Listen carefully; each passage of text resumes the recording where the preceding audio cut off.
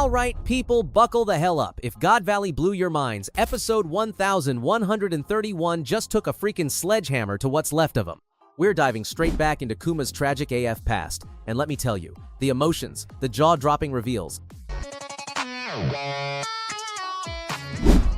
So Nami's gone full savage mode. Locking a beat-up Luffy in a cage cause he yeeted the ship over a waterfall like it's a TikTok stunt gone wrong, endangering the whole squad. Again, Jinbei's like, chill sis, we're all good, but Nami's not having it. But that wasn't even the worst part. They got the newspaper and realized the world went absolutely wild while they were busy in Wano. Cobra dead, Vivi missing, Luffy, being Luffy, immediately wanted to go full rescue mission, but Zoro shut it down, saying Vivi could handle herself unless she was actually in danger. Meanwhile, Luffy couldn't believe for a second that Sabo would kill Cobra, which led to him revealing his dream to the crew for the first time. Their reactions, a mix of shock, awe, and Sanji straight up saying Luffy's brain needed to be checked. Usopp thought it was impossible, but Luffy hit back with the ultimate confidence. Maybe the Pirate King could pull it off. Frankie wasn't about to waste time, though, saying they needed that last road Poneglyph ASAP. But Robin reminded them it wouldn't be easy since its location had been a mystery for ages.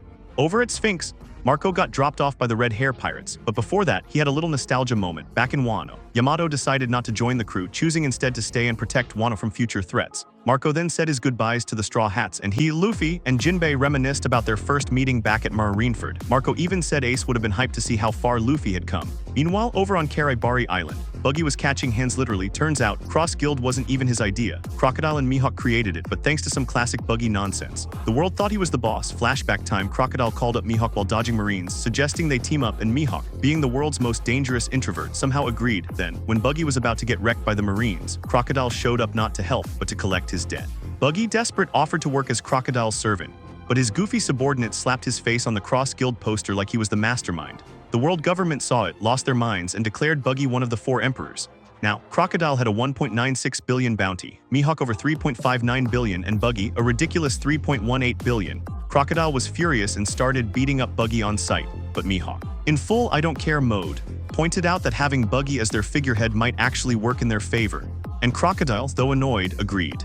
Finally, over at Amazon Lily, the place was a mess after a marine invasion.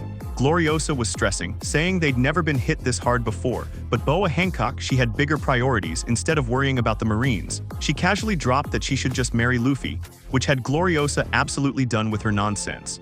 Kobe and his Marine squad pulled up to Amazon Lily with the brand new Seraphim cyborgs, and let's just say, things went from 0 to 100 real quick. The Kuja were shook when they saw a mini Hancock-looking robot, but then Blackbeard showed up, ready to snatch her devil fruit. As if that wasn't chaotic enough, a Seraphim that looked like a young Mihawk slashed at Teach. Hancock used her powers to turn everyone except Kobe and Blackbeard into stone, but Teach grabbed her. Canceling her ability, they hit a deadlock. If he killed her, everyone would stay statues forever, and his new fruit would be useless. Just when he was about to risk it anyway, Rayleigh rolled up, flexing his legend status, and told Blackbeard to pack it up. Teach wasn't trying to fight Dark King himself, so he bounced, and Hancock reversed the petrification.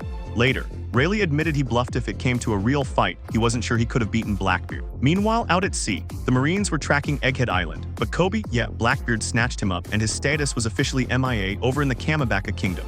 The Revolutionary Army was relieved to hear Sabo was alive, but Dragon was not vibing with the news that he allegedly offed King Cobra. He told Sabo they were gonna have words if that was true. Then Kuma, now free, was about to drop some major tea when Sabo called in. The Marines were listening in, and they tracked him to Lulusia, a kingdom that had recently revolted. The 5 elders basically said, "Unlucky bro, because the next thing you know, a giant mystery weapon in the sky vaporized the entire island in an instant. No traces, no survivors, just gone." Oh, and the world government, they straight up pretended Lulusia never even existed.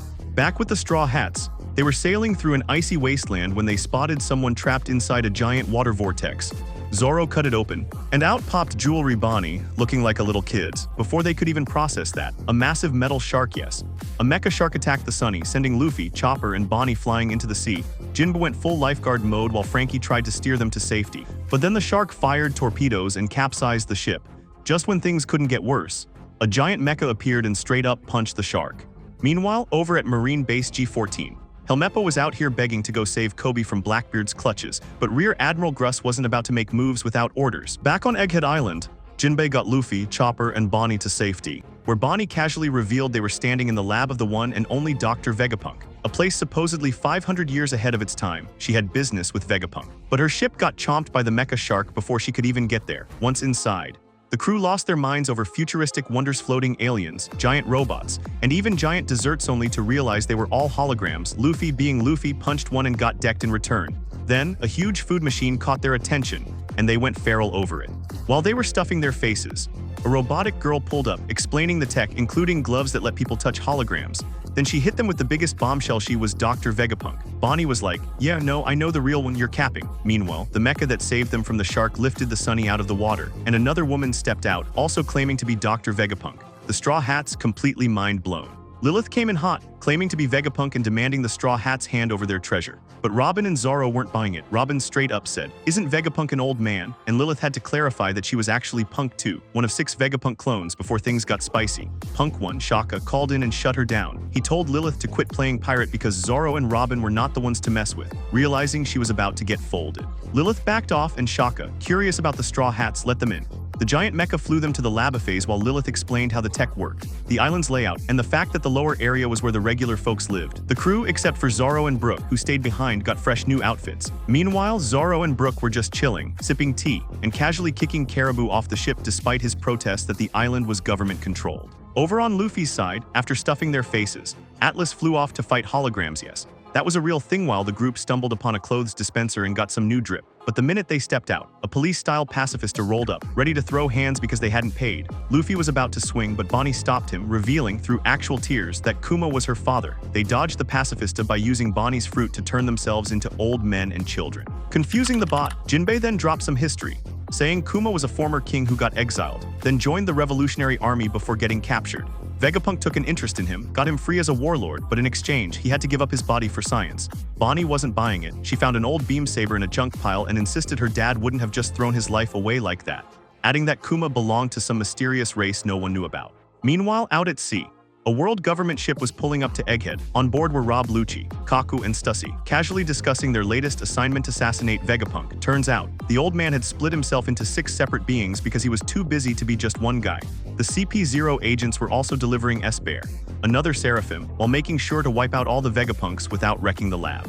Lucci was getting a little too curious about why this hit was ordered, especially after what happened to Lulusia. But the others warned him to stop asking questions before he ended up on an accidentally erased list. Meanwhile, Vegapunk's main body, Shaka, called Dragon, basically saying, "Yeah, I think my time's up." Over at Winter Island, things were going sideways for the Heart Pirates. Their submarine got attacked, and suddenly, everyone started turning into women.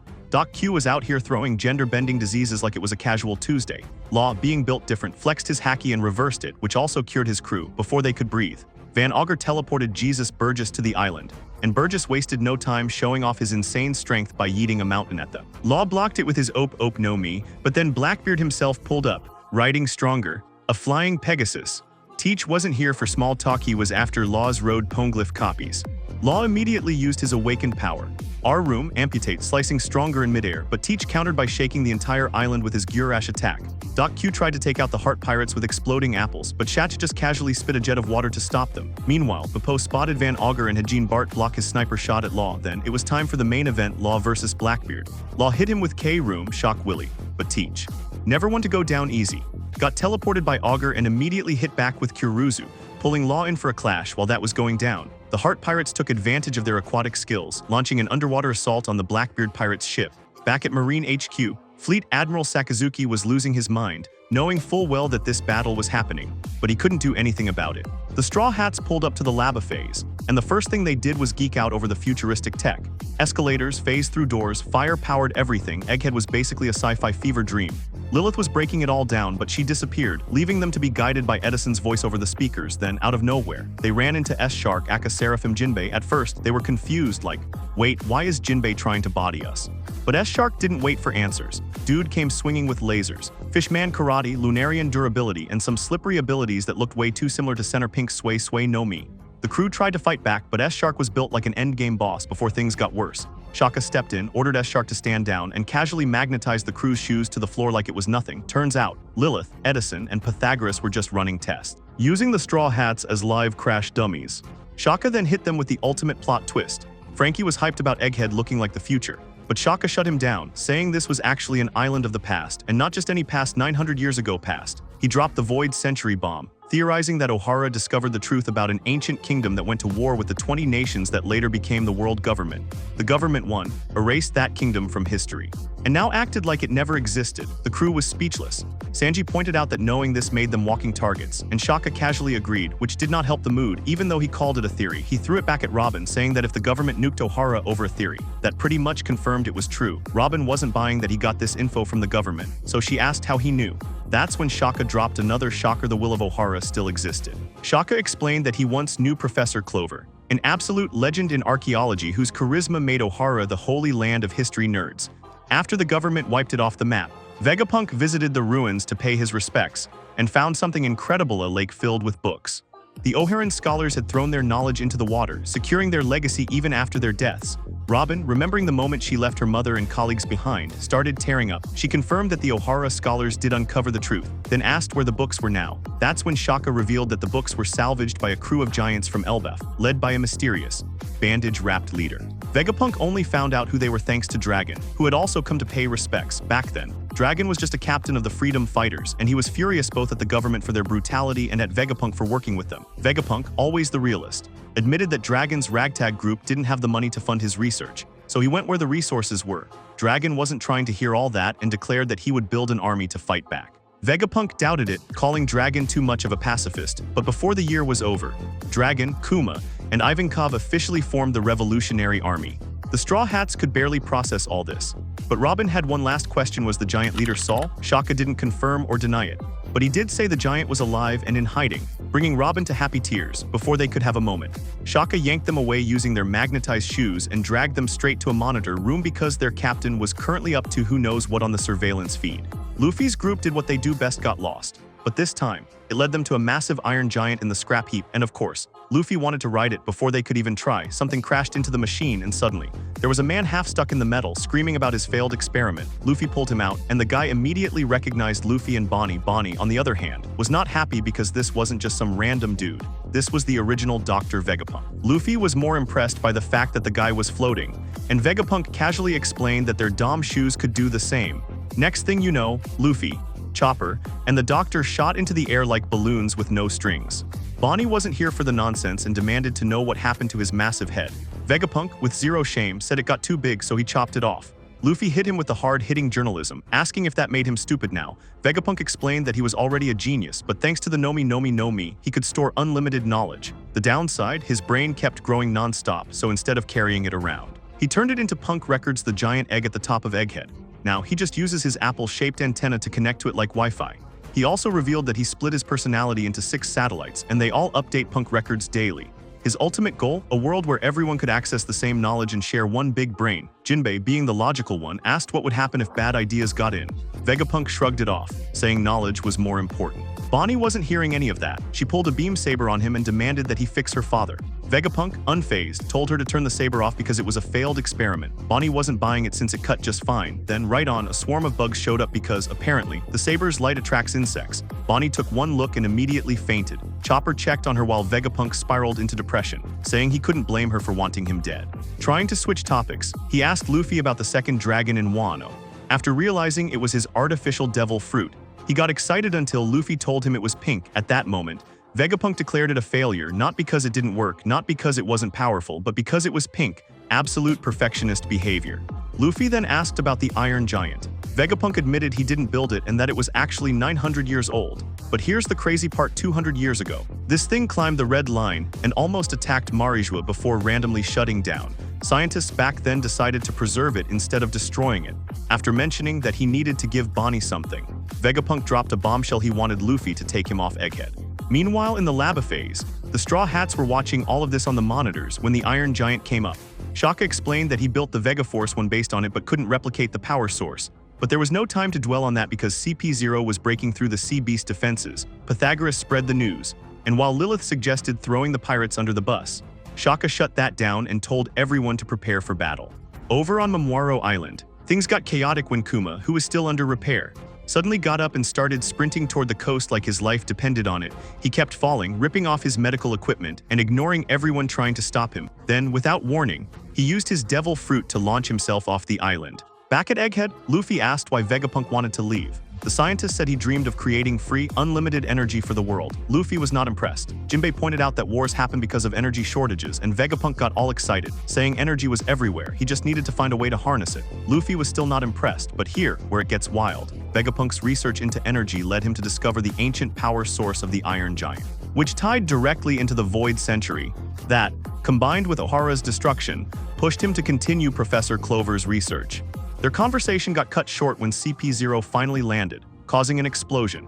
Vegapunk quickly wrapped things up, saying the government wanted him gone. After explaining CP0 to Luffy, he once again asked to be taken off the island. Luffy, still focused on the important details, agreed because he thought Vegapunk's head was funny. The scientist then told them to meet him in the lab phase and bring Bonnie before Luffy could say anything else.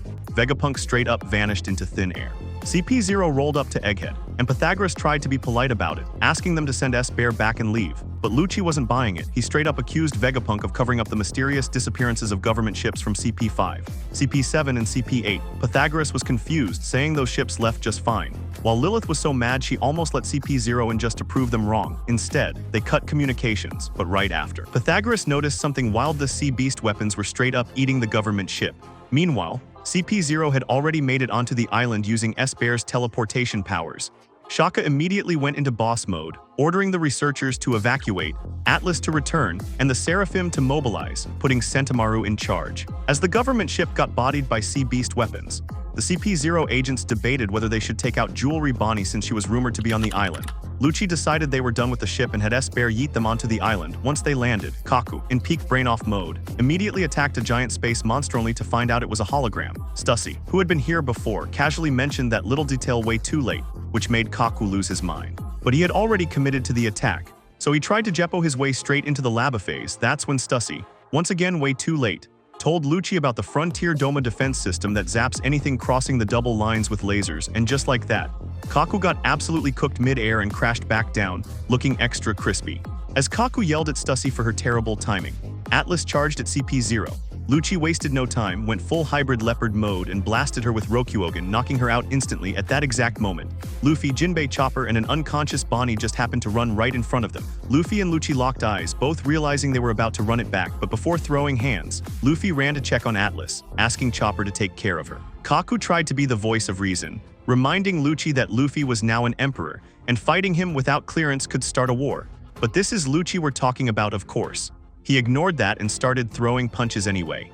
Over at Marine HQ, Sakazuki got word that the Straw Hats were at Egghead. The Marines assumed Vegapunk had teamed up with them after realizing CP0 was there to assassinate him. Sakazuki then found out that Kizaru was already heading to Egghead on a separate mission, so he told him to hold up and wait for Marine reinforcements.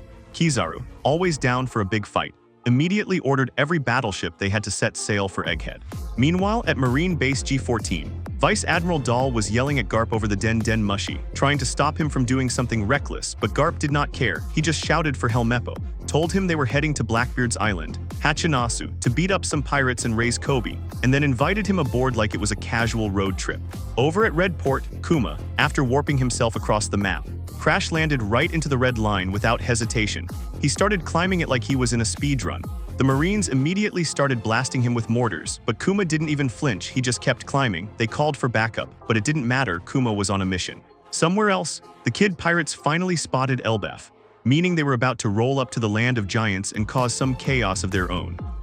Luffy and Lucci were going all out in their awakened forms, and Vegapunk popped up on the monitors, casually asking the Straw Hats what was up with their captain's new power, but even they had no clue. To them, it was just more rubber shenanigans. That's when Vegapunk dropped a knowledge bomb. There was no record of the Gamu Gamu no Mi in any old books. Instead, he connected Luffy's Gear 5 to the legend of Sun God Nika. Then he hit them with the wildest theory yet. Devil fruits are actually the physical manifestation of human dreams for evolution. Every power represents a different future for humanity, but because they're unnatural, the sea hates them. Basically, devil fruits exist because people wanted them to, but Mother Nature said, nah. Meanwhile, Sentomaru pulled up with the Seraphim, thinking he was about to help CP0, only for Vegapunk to expose the agent's real mission to assassinate him. Sentomaru was shook, and Vegapunk wasted no time guilt-tripping him with all the favors he'd done for him in the past. It worked. Sentomaru flipped sides immediately. As the Seraphim joined the fight, Frankie started bawling when he saw S-Shark use Center Pink's ability, thinking his drinking buddy was dead. Vegapunk then explained how he'd been cooking up artificial devil fruits. Zoans were doable but expensive. Mythical Zoans were extra rare. Logias were a total bust. But Paramecias, he cracked the code by using lineage factor to create green blood, which gave the Seraphim their powers. He then casually declared them the strongest form of humanity, as if that wasn't the most terrifying thing ever. Back in the chaos, Lucci was getting clapped even with his awakening. Sentomaru then ordered S-Bear to attack CP0, S-Snake to guide the Straw Hats, and S-Shark and S-Hawk to hold back the agents. Kaku tried to override the Seraphim's orders but realized too late that the Pacifista chain of command had Marines ranked higher than CP0. Before Sentomaru could enjoy his victory, Lucci blasted him with a Shugen to take control of the Seraphim. The guy tried to block it, but Lucci still landed a fatal hit. Luffy, who had just been casually chatting with Sentomaru a second ago, was furious and immediately sent Lucci flying with a Gamu Gamu no Dawn Whip. The recoil sent Luffy himself spiraling into the ground like a human drill. As CP0's minions got wrecked by the Seraphim's devil fruit powers, Lucci tried to finish off Sentomaru, but Luffy popped up from underground with a gigantic head and tried to chomp him. Lucci dodged, but Luffy spit rubble at him, using the opening to body him with a Gamu Gamu no Dawn rocket with Lucci down for the count. Luffy regrouped with his crew and promised Sentomaru he'd get Vegapunk off the island. He then hopped onto the vacuum rocket. But as soon as his awakening wore off, he aged up like a deflated balloon. Bonnie woke up totally confused, but before anyone could explain, they reached the lava phase. Bonnie immediately went full rage mode, hunting down Vegapunk and blaming him for the bug attack, demanding he fix her father. The Straw Hats, meanwhile, were questioning why the government wanted the world's smartest scientist dead.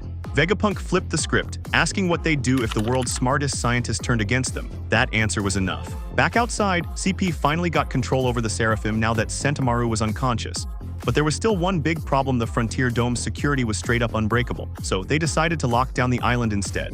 Stussy called out Lucci for picking a fight with an emperor, but Lucci just shrugged and said he didn't see Luffy as one. That confidence was short-lived because out of nowhere, the security system started acting weird. Lucci, smelling a trap, wanted to play it safe, but Kaku saw an opening. They reached the lava phase, spotted the Thousand Sunny, and Kaku immediately launched a Rankyaku at it.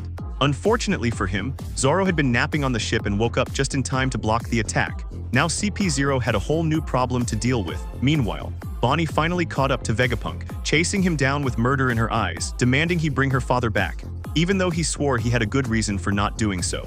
The Vegapunks got together, ready to dip, but there was one big problem: CP0 had locked down the island. Lilith wanted to go full send with violence, but Shaka shut that down. Pythagoras hinted they had a secret backup, but Edison pointed out that helping them would put that ally in the government's crosshairs. Vegapunk didn't care and hit up the mysterious friend anyway, who was down with no hesitation. He then asked the Straw Hats if all 7 of them could hitch a ride, which got mixed reactions. Before they could argue, the Frontier Dome randomly shut down, letting CP and the Seraphim roll in. Nobody knew who did it, but they had no time to worry because things were about to get messy.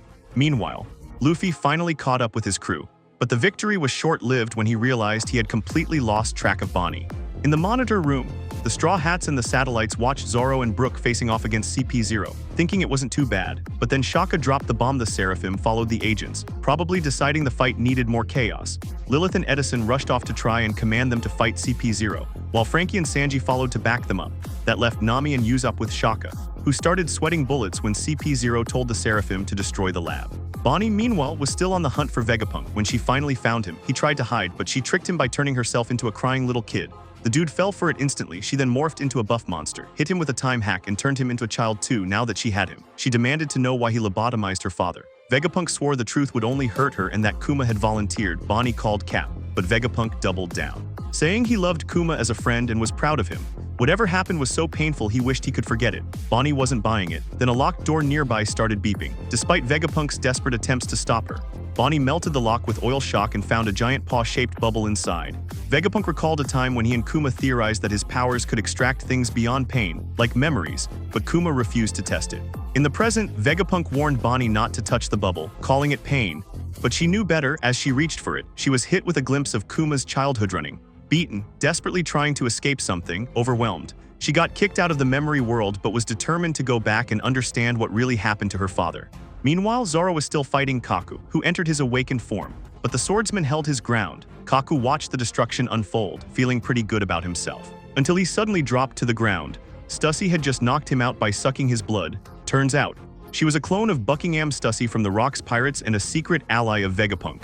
Lucci tried to attack, but she dodged and hit him with a surprise sea-stone lipstick tube, weakening him before sinking her teeth in. Just like that, CP0 was done. Stussy then called up Shaka, letting him know she had taken care of the agents, leaving the Straw Hats stunned that Vegapunk had a mole inside the world government. Unfortunately, she couldn't undo Lucci's command to the Seraphim, so the lab was still in danger. Zoro and Brook kept holding the line while Lilith and Edison rushed outside. Lilith tried to command the Seraphim, but S-Hawk immediately went for her, and she panicked. Zoro blocked the attack, but she was too scared to try again. Edison showed up just in time, giving the Seraphim the order to stop. S-Shark still tried to laser him, but Sanji saved the day. With that, the attack finally ended. With Lucci and Kaku now tied up in Sea-Stone, Shaka invited Stussy to join the satellites and escape with the Straw Hats. Meanwhile, Luffy and Chopper had their own mission tracking down Vegapunk and Bonnie before things got even crazier.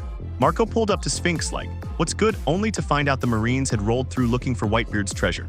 Their captain, Radel, was on full villain timing, threatening to execute the locals one by one if they didn't spill. But just when things got bad, Weevil showed up like an angry tank, bodied the Marines, and sent them packing. Problem was, they called for backup, and the world government sent Ryakuju, who shut Weevil down and took him prisoner. After hearing all this, Miss Buckin aka Buckingham Stussy, former Rocks pirate, ex-MADS scientist, and Weevil's hypeman, demanded that Marco go raise her son and also tell her where Whitebeard's treasure was.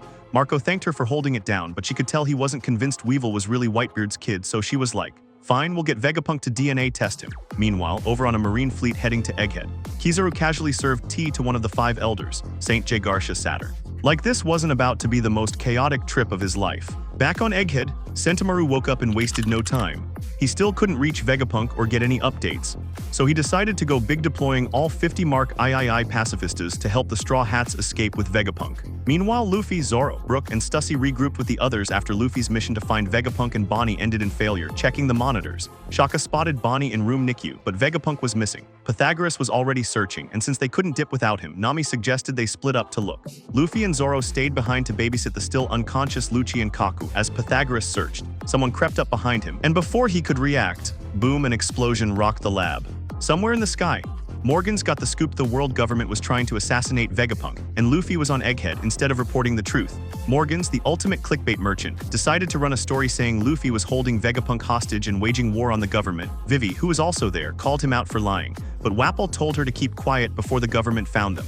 Morgans didn't care. He was all about that bag. Back at the lab, Shaka saw Pythagoras getting jumped on the security feed and tried to call him, but then a shadowy figure destroyed the camera.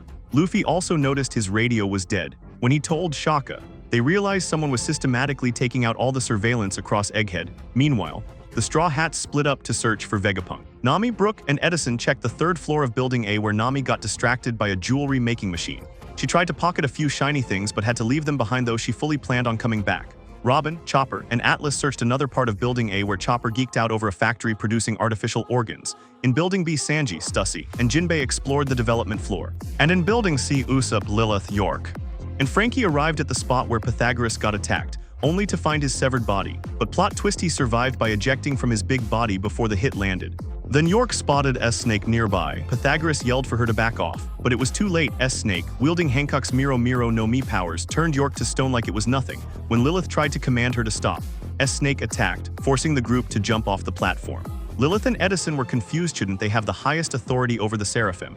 Then they realized communications were down, meaning they couldn't reach the main control room. Over in Building A, the lab suddenly got raided by S-Bear and S-Hawk, leaving Shaka just as confused. Luffy and Shaka arrived on the scene to find Zoro barely holding them off while also making sure Lucci and Kaku didn't get vaporized in their sleep. After dodging an attack, Shaka pieced it together. Someone inside the base was ordering the Seraphim to wipe everyone out. Lucci woke up, took one look at the chaos, and said, "Hey, maybe untie me and Kaku so we can help." Luffy and Zoro looked at him like he just suggested eating nails for breakfast. The Seraphim were going full Terminator mode, attacking non-stop. Zoro clocked that S-Hawk had Mr. 1 Super no Mi, meaning this dude was basically a walking sword now. Luffy and Zoro had to drag Lucci and Kaku out of harm's way, but Kaku was still on his just uncuff us agenda. He even promised to put the cuffs back on after, but Zoro wasn't buying it. Shaka straight up asked Lucci what their mission was, and Lucci, being the menace he is, just said, "Kill Vegapunk." The satellites and also Stussy for backstabbing me. At this point, Luffy knew they had no choice. He agreed to free them, but only if they promised not to go after his crew or Vegapunk after the fight. Lucci, being Lucci, hit him with the classic villain response, "I'll just kill you first." But hey, at least they had backup now. Meanwhile, in the basement of the old Devil Fruit Research Lab, Cypher Paul agents from CP5. 7 and 8 were literally rotting. They'd been locked up for 2 months with barely any food or water. Vegapunk woke up in the same cell and was shocked to find out Lucci wasn't just talking nonsense, these agents really had been disappearing. One of them said they were chased back to the island by Vegapunk's own Sea Beast weapons and captured. And then every agent who came looking for them got the same treatment. Vegapunk was stressed because there was no way the world government should have known he was studying poneglyphs. Yet here they were, trying to erase him. Over on Elbef, a young giant was begging Shanks to let him join the crew, but Shanks was like, "Nah kid, you're too young."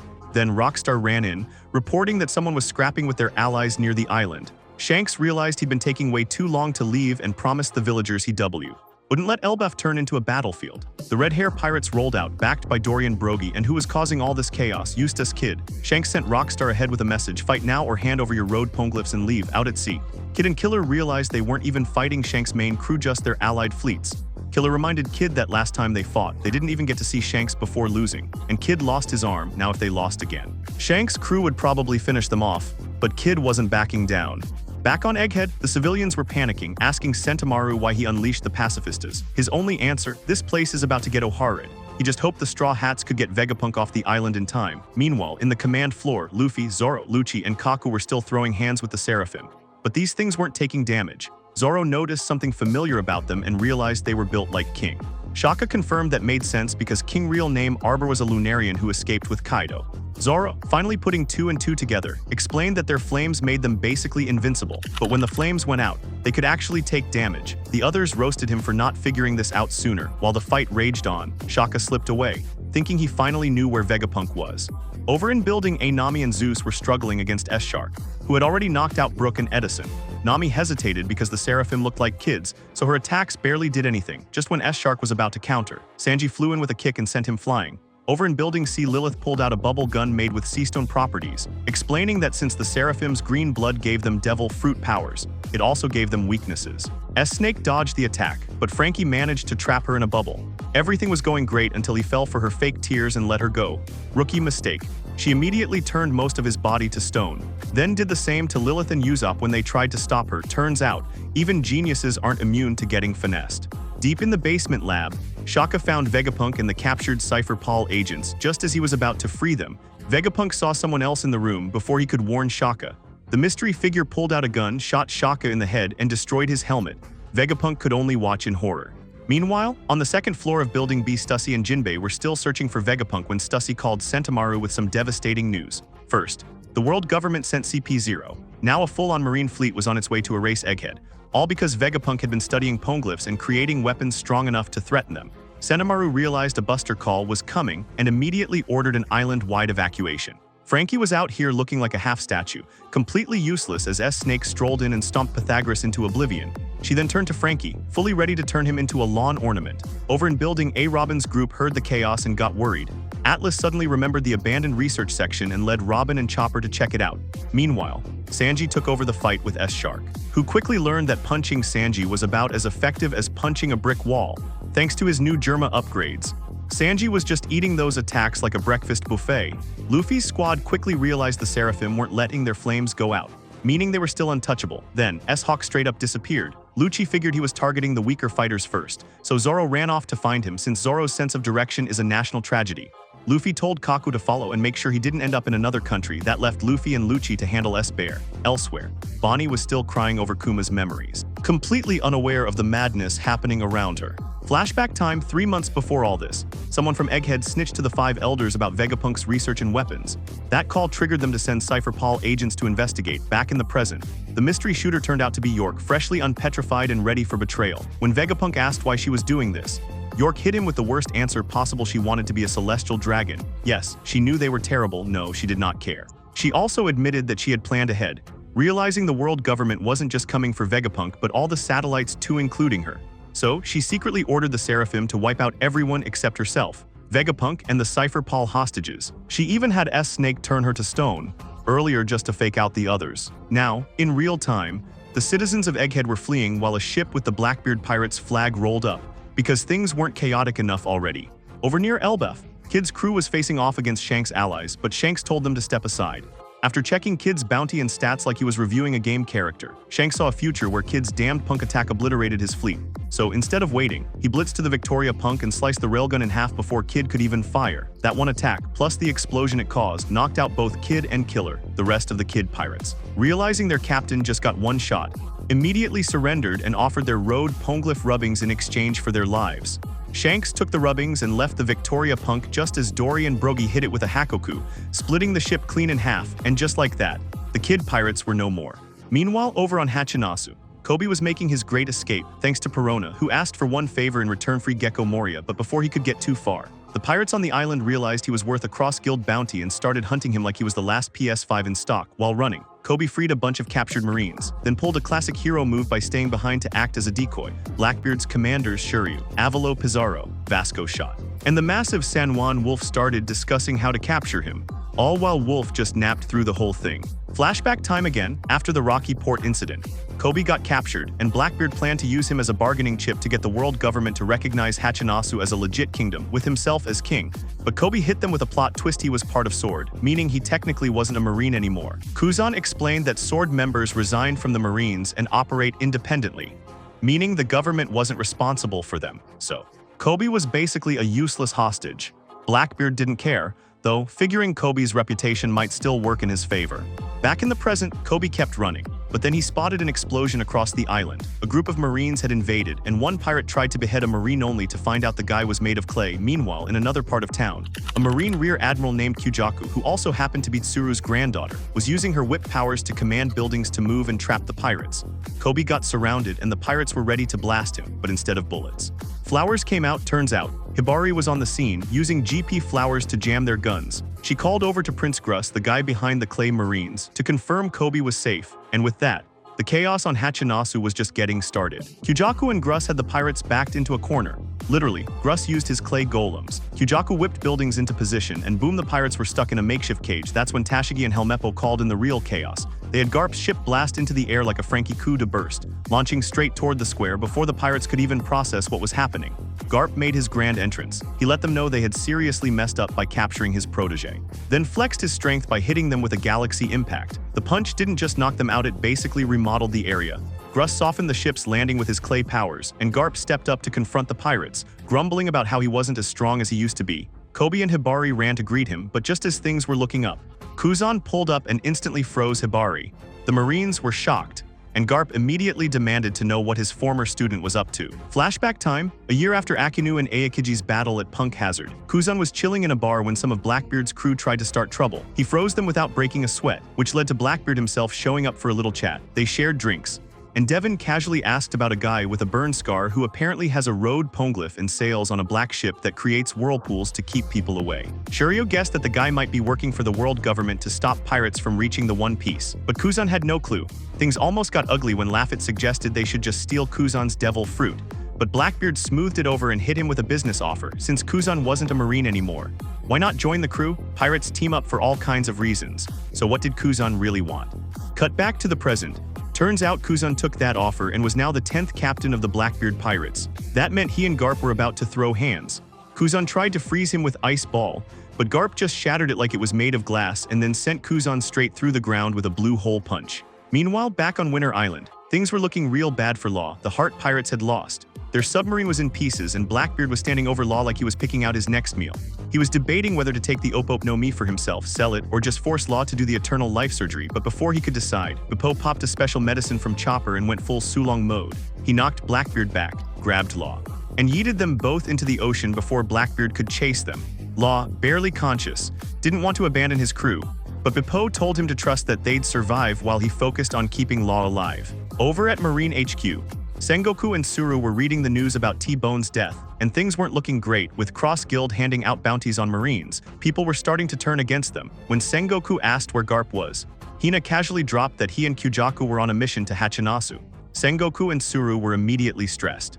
On Karebari Island, Buggy was busy congratulating the guy who killed T-Bone, even though the dude clearly felt awful about it. The guy only did it to help his struggling family, but Buggy assured him that he was now under Cross Guild's protection and his family would be taken care of with the bounty money. As the crew celebrated, one of Buggy's shipwrights announced that their new flagship was complete, but when Buggy saw it, his soul left his body. They had designed it in his image. which was the last thing Crocodile and Mihawk wanted. They immediately dragged Buggy off and beat him for the design choice. Crocodile and Mihawk then got serious, discussing their plans to build a military-like power, but Buggy wasn't feeling it. He thought they were aiming way too low. That's when he started reminiscing about his past with Shanks after Roger's execution. Buggy genuinely thought Shanks was going to follow in their captain's footsteps and become the next pirate king. He was even ready to sail with him, but when Shanks turned down that dream, Buggy felt completely betrayed. He refused to join Shanks' crew, using the excuse of still being mad about losing that treasure map that forced him to eat the Bara Bara no Mi. In reality, he was just heartbroken that Shanks had changed course. But now Buggy wasn't about to sit on the sidelines anymore. While Mihawk and Crocodile were still focused on their small-time ambitions, Buggy grabbed a Den Den Mushi and made a public announcement. Cross Guild was going after the One Piece.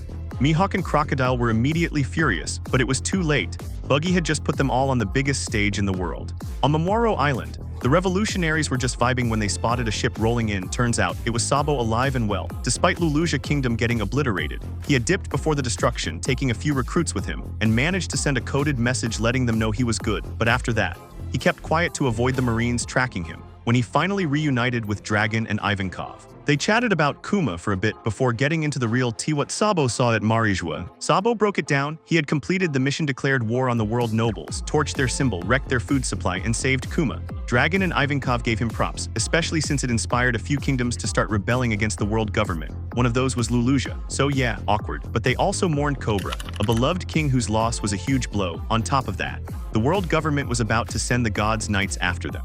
With Sabo as the #1 target, Sabo shrugged it off. If it helped the cause, he was cool with it. Flashback time back at the Lively. The revolutionary army was making moves. Karasu, who actually has the Susu Susu no Mi, Lindbergh and Morley were out here freeing slaves and keeping Fujitora and Ryakuju busy. Meanwhile, Sabo was sneaking around, hunting for the keys to the slave collars. That's when he spotted Kuma with St. Charlos, which was a major problem. At the same time, Cobra went to meet the world nobles, leaving Vivi under CP0's watch. But she wasn't having it after they just stood by and let St. Charlos try to abduct Shirahoshi earlier. As Cobra headed into the Elder's room, Pell and Chaka tried to follow, but the guards shut that down. Cobra told them to watch over Vivi instead, clearly worried she was about to do something reckless. Sabo kept moving through Pangaea Castle, taking out guards until he ran into Jewelry Bonnie, who, surprise, surprise, is Kuma's daughter. Since they had the same goal, they teamed up. Sabo handed the keys off to Karasu and told him to get the slaves out while he handled something else. As Sabo and Bonnie navigated the castle, they overheard guards talking about a mysterious room that no one is allowed to enter, and anyone who sees it disappears. Sounds like bad news, but they had different priorities. Bonnie headed to Egghead, while Sabo made his way back to Kamabaka, promising to save Kuma. Inside the empty throne room, Cobra met with the 5 elders and started dropping history bombs. He brought up the first 20 kings who created the celestial dragons and how they were all supposed to rule equally. But Arabasta's ruler, Nefertari Lily, dipped instead of joining them. The weird part, Cobra found 0 records of her returning home. Instead, her younger brother took over. He asked the elders if they knew what happened to her, but they claimed ignorance, saying all records were lost. Cobra then hit them with the real question: what does the D in people's names mean? He had found it in an ancient letter passed down through Arabasta's rulers, and he wanted answers. Meanwhile, St. Charlos was back on his nonsense, trying to abduct Shirahoshi again. This time, he had Kuma backing him up. Her brothers tried to help but got stopped by Donquixote M. Josgard, who warned that attacking Charlos would put their kingdom in danger. Lucky for them, Sai and Leo did not care. They were pirates. No kingdom ties, no problem. They jumped in, knocked Charlos out cold, and Morley snatched up Kuma before escaping with Karasu. Back in the empty throne room, things took a wild turn. Imu, the shadow ruler of the world, decided to make their presence known. The 5 elders were straight up shook that they were revealing themselves.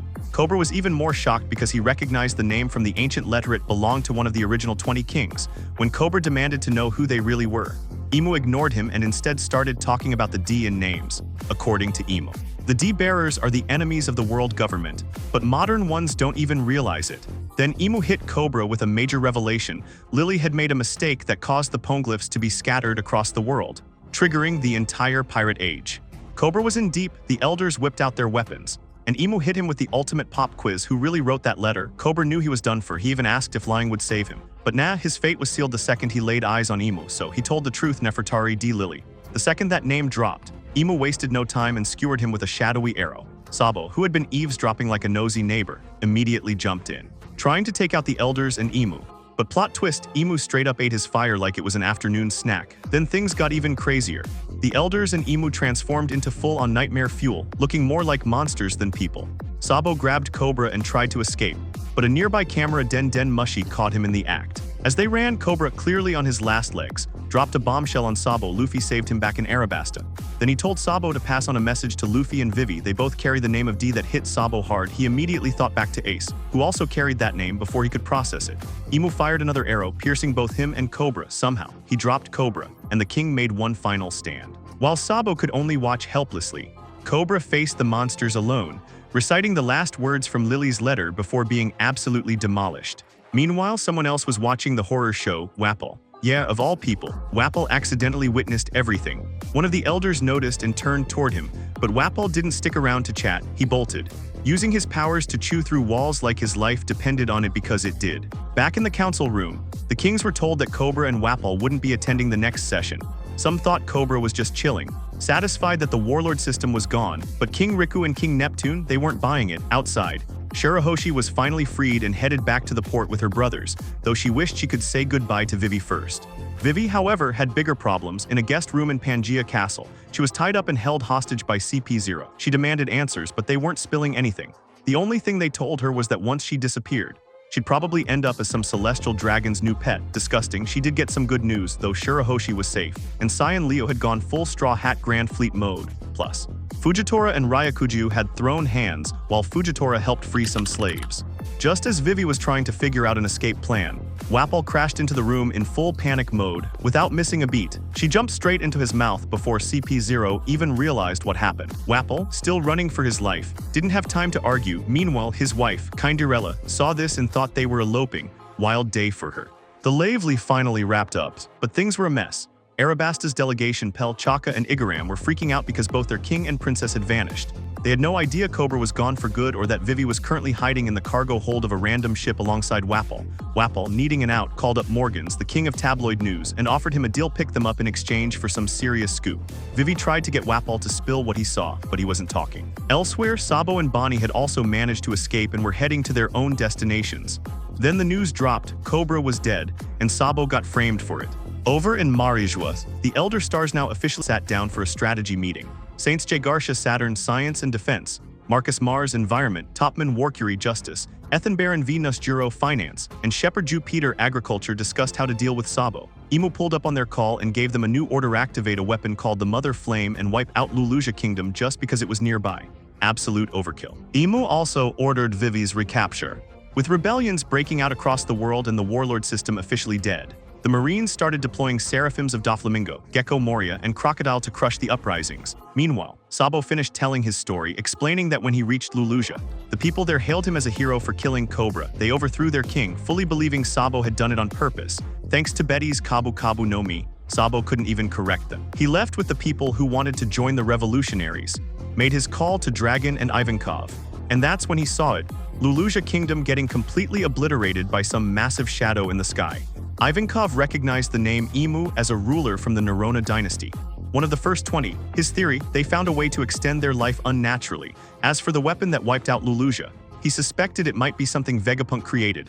But Dragon had a darker theory: what if it was one of the ancient weapons Robin had told them about? And if so, why use it now? Meanwhile, Marijua was in shambles, with their food supply gone. The celestial dragons were starving. The only thing they had left was cake, and that wasn't going to cut it. To make things worse for them, one of their own, Mjosgard, was executed for protecting the Neptune family during the Lively, and leading the execution, none other than the supreme commander of the Gods Knights, Saint Figarland Garling, a former resident of God Valley. Alright, picture this: we're at a marine shipyard, and Brano is flexing the absolute madness that is Garp's training routine.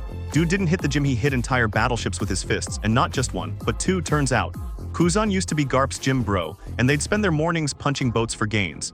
No hacky, no devil fruits, just straight up raw hands. Legendary behavior.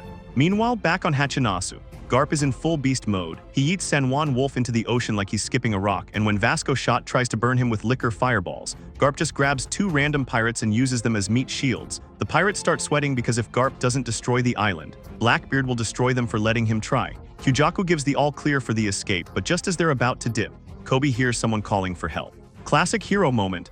Except plot twist, it's a trap. Shiryu, the invisible menace, sneaks in and stabs Garp right in the gut. Big mistake. Garp immediately punches him into the Earth's core, but the damage is done. The pirates see Garp bleeding and suddenly get bold. Remembering he's got a cross-guild bounty worth 3 billion, Kuzan steps in like, even if you tied this man up, you still wouldn't take him down. Then he and Garp throw hands literally as they trade hacky punches. Kuzan reminisces about his training days. Back when Garp was like, train with the marine instructors. Kuzan, being the overachiever, was like, nah, I already clapped them, I need a real challenge. Eventually, Garp gave in and over time they bonded, with Garp even ranting about his family drama. Fast forward, and now they're fighting like it's a tragic anime finale. While that's happening, Avalo Pizarro decides he wants his 15 minutes of fame and starts flexing his Shima no Mi powers, forming giant island arms to crush the Marines. Kobe panics, but Garp, bleeding out and still dropping motivational speeches, tells him that justice will prevail. Classic Garp. We cut to a flashback where Garp, being the absolute menace he is, gives a marine ethics lecture. The scenario: an old man and a baby are stranded on an island full of beasts. Who do you save? Kobe, ever the good boy, says both. Garp calls that wrong and says you leave the old man and save the baby because life expectancy. Gets chewed out by the instructor, but Garp is just here for chaos. Back to the present, Pizarro's island hand is coming down and the Marines are ready to abandon ship. But Garp has other plans. He lays out a wild plan. He'll create an opening. Helmeppo will cover, Kobe will destroy the hand, and Gruss will catch the debris. Kobe asks how, Garp just yells at them to move. Kuzan is still in shock that Garp is even standing, and before he can react, Garp pulls off an anime teleport move, smacks him down, then leaps up and hits the island with a galaxy divide. Pizarro, feeling the pain from his own devil fruit, is stunned, and Kobe sees his. Gruss asks what the plan is. Kobe, no plan, just living up to Garp's expectations. 2 years ago, Garp had a little chat with Helmeppo about Kobe's training. Turns out, despite Garp's brutal regimen, Kobe still wasn't feeling strong enough, so what did he do? Instead of getting a good night's sleep like a normal person, he snuck out every night to punch battleship bags until his body was basically begging for a break. Fast forward to the present, and now it's Kobe's moment. Pizarro is dropping an entire island hand on the marine ship. The pirates are laughing, and the civilians are panicking. But Kobe, he winds up, swings with everything he's got, and lands a honesty impact so strong it completely destroys the island hand and wrecks Pizarro in the process. Everyone watching is straight up speechless, while Garp just laughs like he knew all along. Helmeppo catches Kobe midair. Gruss uses his clay powers to shield the ship, and the three of them land safely on board. Tashigi calls for Garp to get on the ship, but Garp tells them to leave without him. Kobe wants to turn back, but Garp shuts that down. He stands there, completely surrounded by pirates and Blackbeard's top officers, and Kuzan takes the chance to freeze him with an ice spear just like Saul, but even frozen solid. Garp drops one last message: these young Marines are the future. In some random town, people are running like it's a crazy sale day, grabbing newspapers falling from the sky. The headlines are wild. Grandpa Garp is missing at Pirate Island, and Emperor Luffy is holding Egghead hostage. At Makino's bar in East Blue, everyone's shaking their heads, not believing a word. The mayor's like, Garp's a legend, probably tossing pirates around somewhere. One guy's freaking out, shouting at Makino's baby, but that kid just laughs at Luffy's silly grin in the paper. Up on Mount Kalubo, Dadan's a total wreck, crying like she's in a sad movie. What are those fools doing? She yells. Her bandit crew's panicking. Dogra's muttering, Pirate Island's a trap, nobody gets out. Then, boom, birds fly off, and the ground shakes like a giant's dancing. A tsunami crashes in, and it's over. They're calling this the biggest earthquake ever. Laboon's splashing at Twin Cape. Lagatown's streets are splitting, Water 7's flooding, and Momo and Wano's like, not again. Even Mary Joy's gets rattled, but those celestial dragons, just chilling in their sky mansions, not caring one bit. This quake's got a dark shadow. 6 days after Leluja got erased like it was nothing. The Navy's saying it's just a huge watery hole now. Seas are up a whole meter, beaches are gone, islands are underwater, and some guy's yelling, "There's a shark in my living room." Fishermen are pumped, like, time to catch some dinner. Cut to Egghead, where the Navy shows up like it's a blockbuster movie. 100 warships, 30,000 soldiers, 9 vice admirals with grumpy faces, except Dole, who's looking amazing, and who's causing trouble. Kizaru, that shiny guy, going down on Chicken Ramen like it's no big deal. Sentamaru's sea beasts are throwing down, but Kizaru's like, oops, and blasts a robo, giraffe to pieces with his Yada no Kagami, bright enough to make you squint. Sentamaru's mad, shouting, stop hitting my beasts, uncle. Kizaru's all, it started it, relax. Sentamaru's not backing down, says Vegapunk made those pacifista lasers from Kizaru's powers, never thought he'd come to take out his own boss. Kizaru's like, the void centuries against the rules, man. I'm just doing what the Navy says. He blames the Straw Hats for stopping CP0's plan to get Vegapunk, but the news, it's all wrong, saying Luffy's got Vegapunk locked up. Morgans is out here making up stories, and Saturn's loving every bit of it. On a warship, Saturn's sneaking around. One of those 5 elders guys whispering, don't tell anyone I'm here. Vice Admiral Dubberman's nervous, talking fast. CP0's gone quiet. Lochikaku Stussy got beat by Senamaru's pacifistas in the Fabrio phase. The Frontier Dome's locked up tight. Nobody's getting in or out. Saturn's glaring at Morgan's fake news like, what's really going on? Doberman says, Straw Hats, Vegapunk, his satellites, and 4 Seraphim are hanging out in the lab phase. The tech team left yesterday. We're tracking their boats. Saturn's cold. Sink those geeks. They know too much. Doberman's like, Bonnie's with the Straw Hats. Saturn's all, she's just a little girl, let her go. This guy's okay with wiping out thousands of researchers, but gives Bonnie a pass. What a villain. Then Kizaru's team catches a secret call. York's on a black Den Mushi, dialing up Mary Joy's like it's a hotline. The elders, Mars, Jupiter Neuro, are listening in like they're spying on a juicy chat. York's complaining, why are you trying to get me? I told on Stella. Mars is like, you're still a Vegapunk, tough luck. York's not scared. Egghead's mine now. I got Seraphim ready to roll. You want trouble? Jupiter's like, hold on, can you make that mother flame thing? York's laughing like a bad guy in a movie. The power plant's ready. Keep me in the lab safe, and I'll be your fancy celestial dragon. Mars gives in. Okay, deal. York's mood flips. Help. Luffy's gonna crush me. Cut to the lab phase. She's tied up Zoro's sword right by her neck. Luffy's smiling like it's a big joke. Usopp's shouting through the snail. We're using her to get out of here. Bonnie's eating Sanji's pancakes, Nami's ready to swing, and York's freaking.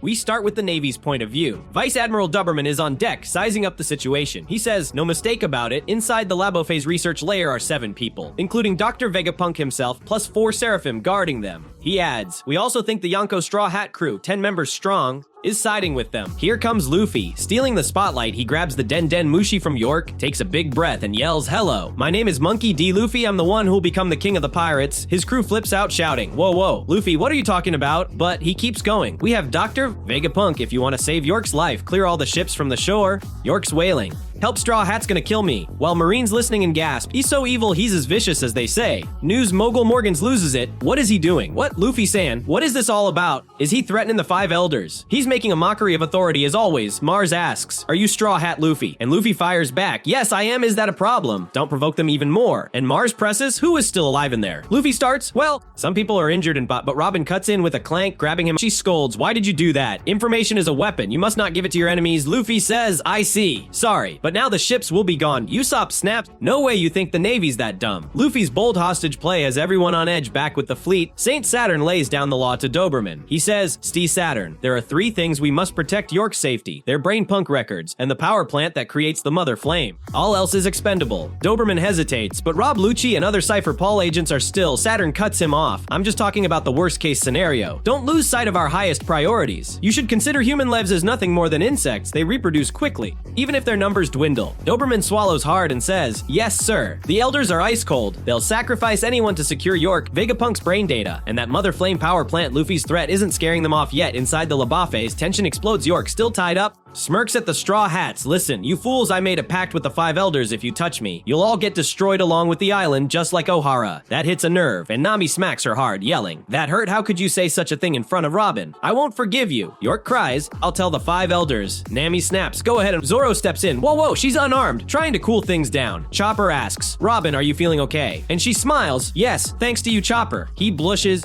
that doesn't make me happy, you fool. Vegapunk chimes in, I should thank you guys too. If it weren't for you, I would have been killed by York. Kaku, resting from his injuries, grumbles, we couldn't have done it alone. While we were running from the Seraphim, he came in at the right time. I just ran into you while looking for Ronoa. How pathetic I am, but I was against 2 Seraphim at the same time. Zoro smirks in the end, you were saved by me. And Kaku snaps, shut up, ouch. Then mutters, alright, go to sleep. Damn. While Usopp's on the comms, hey, are you guys behaving down there? The basement lights up. Usopp connects with the Cypher Paul agents who cheer. Straw Hats, thank you for the food. You guys saved our lives. So good, I feel alive again. I'm alive thanks to you guys. One says, hey, there are enemies, keep your voice down, but they beg, now just let us out of here. Usopp laughs. I'm glad that you're okay now, but that's too much to ask. They switch gears. Then could you at least relocate us? We can't relax with them around, someone asks. Is there a problem? I thought that the Seraphim were on your side. Another replies, yeah, but in case they go berserk, Frankie jumps in. They're safe, right, Vegapunk? He explains, of course. Those bubble balls are made of the same material as Pacifista Mark III's bubble shields, which even deflect cannon blasts. They're created with sea energy, so they're the perfect weapons for trapping devil fruit power users. An agent says, oh, I thought they were just ordinary bubbles, bah. And his snake grumbles, how dare you trap me in this thing, bah. But adds, you don't need to be scared of us. None of us were ordered to kill you. We have no interest in you. The agents sigh. Oh yeah, then we don't need to worry.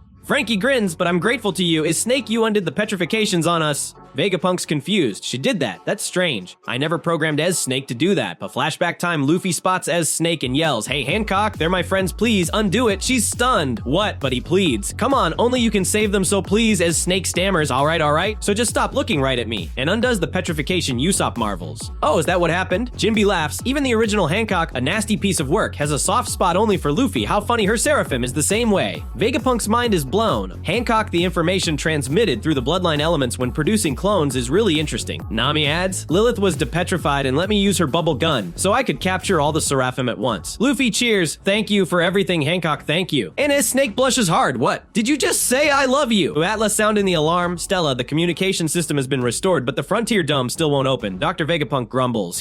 While York tied up in smug taunts, it's pointless, I protected it with a passcode. But my brain's not cinched with all of you, and I won't tell you. Lilith snaps. What should I do with you? But Edison steps in. Lilith, calm down. York keeps gloating. I'm protected by a code in the world itself. If we can't deactivate the barrier, we can't escape, and someone groans. What? Even after all I did to help us escape? Another voice snaps. I told you that didn't work. And I'm sure the world government never intended to let us off the hook in the first place. Stussy drops a bombshell. We're completely surrounded in all directions. Stella. There are about 100 ships of various sizes and 30,000 soldiers. Admiral Kizaru is there too. Vegapunk sighs. It's quite an event. As Stussy's welcome back, Stussy-sama coffee. She says, thanks. Vegapunk asks, tell me about the shipping route, and Nami checks her log pose. The log pose hasn't recorded the signal yet, but we have one steady needle from the land of Wano. It's pointing northwest. Vegapunk cuts in, oh, that'd be Elbaf. Luffy and Usopp explode Elbaf. Are we going there? Finally, they chant, Elbaf Baf, everyone's big because they're giants. Edison's puzzled, why are they so excited? Vegapunk explains, fortunately, your ship is in the Lubbo phase now. The Navy ships are off the shore in all directions. It's impossible to sail out of the port. The northeast direction we'd be heading is the backside of the island. Luckily, your ship is beside the Vegaforce 01. He adds, we could use the Vegaforce 01 to fly over the Navy's blockade, but that robot can only fly within the airspace over Eget, so once it leaves the airspace, it'll quickly plummet. That's not far enough to escape. But Frankie jumps in. No, once we get that far, we'll use the Sunny's Coop to burst to fly even farther if we fly a kilometer away. They won't be able to catch us. Vegapunk stunned. What? That ship can fly that far. It flies on Cola. And Vegapunk says, great, let's go with that. The plan kicks into gear. Vegapunk orders. Lilith used the Vegaforce 01 to move Straw Hat's ship to the backside of the island. Lilith cheers. I know, okay, but warns. First, we have to deactivate the Frontier Dome. York taunts. I won't tell you the code. Vegapunk Atlas and Edison shout, let's crack it, don't underestimate Vegapunk. Brooke muses, I guess we have a plan now. I don't think it's all gonna work out the way we want it to. But Usopp says, true, but we won't know for sure unless we try. Luffy declares, if you're gonna the Sunny, I'm coming with you. Let's leave for Elbaf already. Bonnie adds, me too, I'll help you too. Frankie says, oh, thanks. And they yell. All right, let's start the operation, Lilith says. Let's move the ship to the backside. The barrier could come down at any minute. Frankie warns, yeah, I hope that doesn't cause more problems. And Luffy asks, you don't want it to be down. Frankie replies, why do? But if we're going to be able to escape, it means the enemy's attacks will be able to get through. Luffy goes, you're right. Lilith admits, actually, this is my first time leaving the island. Luffy laughs, this isn't a field trip. Then frowns. Either way, we need more food. Bonnie agrees. We'd eat all of this in one day. Let's get more pizzas. Cheese is enough. Luffy says, if we have the ingredients, Sanji will make us pizzas. Bonnie gushes. He's pretty cool, huh? He's a good cook and a good fighter. Luffy asks, why are you in a good mood now? Kind of creepy. Earlier, you were so bitter against Old Man Apple. Bonnie smiles. Yeah, I won't kill Vegapunk. And Luffy teases. What a relief. You were crying all night, weren't you? She snaps. No, I wasn't. It's a sweet moment as the team rallies. Meanwhile, the Marines get serious. A soldier yells. Transmission from Mr. Rob Lukshi, we now know the situation inside. Lukshi reports for seriously injured. 2 of Vegapunk's satellites dead. Saturn asks Kizaru, did you hear that? Borsalino. Kizaru drawls, yes I did. He was talking a big game like he was in control. But it seems like they're actually trapped inside. Saturn says, the Frontier Dome is a laser defense system, correct? You are light itself. Can you get inside? Kizaru replies, quite frankly I can. But a good friend of mine is defending Vegapunk below it. Saturn snaps, you can just jump over him. Kizaru pushes back. It wouldn't be cool of me to humiliate a man who is determined to stand in my way. Let me at least stick to my principles. Besides, if we attack them, Sentomaru will order countless sea beast weapons and the 50 pacifistas to sink our ships. There will be tremendous damage. Saturn asks, we can't take too much time then. Do you know the location of the power plant? Kizaru smirks. Rob Lukshi is a capable man. All the information we need to know was sent to us. The fleet roars into action. Prepare for battle, prepare for battle. If you can use the 6 powers, make for land as soon as the battle begins. Free the captured Cipher Paul agents. Artillery fire won't work on the pacifistas' aim for the sea beast weapons. Luffy's group reaches the Sunny and Vegaforce 01 Luffy's bouncing. This is fun the ground of a sky island. Frankie snaps, I know, it's exciting. But get serious, look, there's the Sunny. Suddenly, a flash. Kizaru shouts, Sacred Yata Mirror, and beams himself onto Egghead. Sentomaru's ready, axe in hand. You're finally here, Uncle Pacifistas. Kizaru calls, here I go, Sentomaru-kun. Sentomaru roars, bring it on. Uncle, my defense is the greatest in the world. Their fists collide, and back in the Labo phase, Luffy freezes. What's that? Light from below. Someone's here, someone's strong. The story starts with a bang as Kizaru calls out to Sentomaru and lands a powerful kick. The impact causes a huge blast, shaking the ground beneath them. Sentomaru doesn't back down, though he fights back with his own mighty strikes, showing off his incredible strength. Kizaru smirks and says, as always, incredible strength. Ha, but Sentomaru stands tall and shouts, I won't let you pass from here. Uncle. The two warriors leap at each other. Their clash so intense it sends a shockwave rippling across Egghead Island. You can feel the power even from outside the island, it's that wild. Meanwhile, the Marines are making their move. Vice Admiral Doberman yells. Admiral Kizaru charges in. He leads Vice Admiral Dull and 9 other Vice Admirals in a bold attack against the Pacifista Mark III units, those giant robotic weapons built to protect the island. Let's go, Doberman commands. And the Marines unleash a storm of cannon fire. Don't let them fire lasers. He shouts, the cannons boom, and the attack works perfectly. The Vice Admirals land on the island, ready to fight. A Marine cheers. Alright, keep supporting the Vice Admirals like this. The excitement is high. But it doesn't last long. Suddenly, the Sea Beast weapons roar into action. These massive, terrifying creatures start attacking the battleships, smashing them left and right. One Marine yells, it's the Sea Beast weapons. Another cries, we're in trouble. A third rallies the group. Let's get them before they get us. Just as a Sea Beast sneaks up behind some scared Marines, a Vice Admiral jumps in with a shout, leave it to me. He unleashes his Steam Knuckle attack, a steaming punch that smashes half the Sea Beast's face, saving the day. The danger keeps coming, though. A Seraphim, a powerful robotic figure, gets ready to blast the ships with lasers. Before it can fire, Vice Admiral Doll leaps into action. Don't shoot the ship, she yells, soaring through the air. You're dealing with me. She lands a crushing kick on the Seraphim's head, causing a loud boom that echoes across the shore. Other Vice Admirals land too, taking down Pacifistas with their skills. Bluegrass, one of the Vice Admirals, says. The Vice Admirals landed on the island as well. He turns to Dole and asks, where is the lab where they're holding the Cypher Paul agents? She points ahead and replies, over there. The Marines are pushing forward, and the tension is rising. Inside, the Straw Hats are watching all this chaos unfold. Usopp exclaims, the Navy and the robot Sea Beast started fighting at the shore. Brooke, confused, asks, what? Why now? Vegapunk steps in to explain. As long as Sentomaru is commanding the Pacifistas, the island's defenses are iron tight. He lays out the Pacifista authority hierarchy, the 5 elders, himself and his satellites, Sentomaru, and the authority chip. Usopp's eyes widen as he figures it out. Isn't that why he came to take out Sentomaru? Nami gasps when she hears Kizaru's name. Brooke adds, no way. Nami asks, is he here already? Brooke replies, he's now fighting right below us. York, tied up on the ground, smirks and taunts them. You people are done for. Zoro glares at her, shutting her up quick. Sanji mutters Kizaru. Huh. Brooke shivers and says, this brings back some unpleasant memories from Sabati Archipelago. Chopper nods sadly. At that time, we couldn't fight back at all. Zoro, staying cool, says, I never thought I'd see him again on this island. The Straw Hats are worried, and you can feel the weight of their past with Kizaru hanging over them. Back on the battlefield, Sentomaru swings at Kizaru, but the Admiral vanishes in a flash of light and pops up behind him. Vegapunk, watching from the lab, cries out, I can't believe he has to fight Kizaru. I'm sorry, Sentomaru.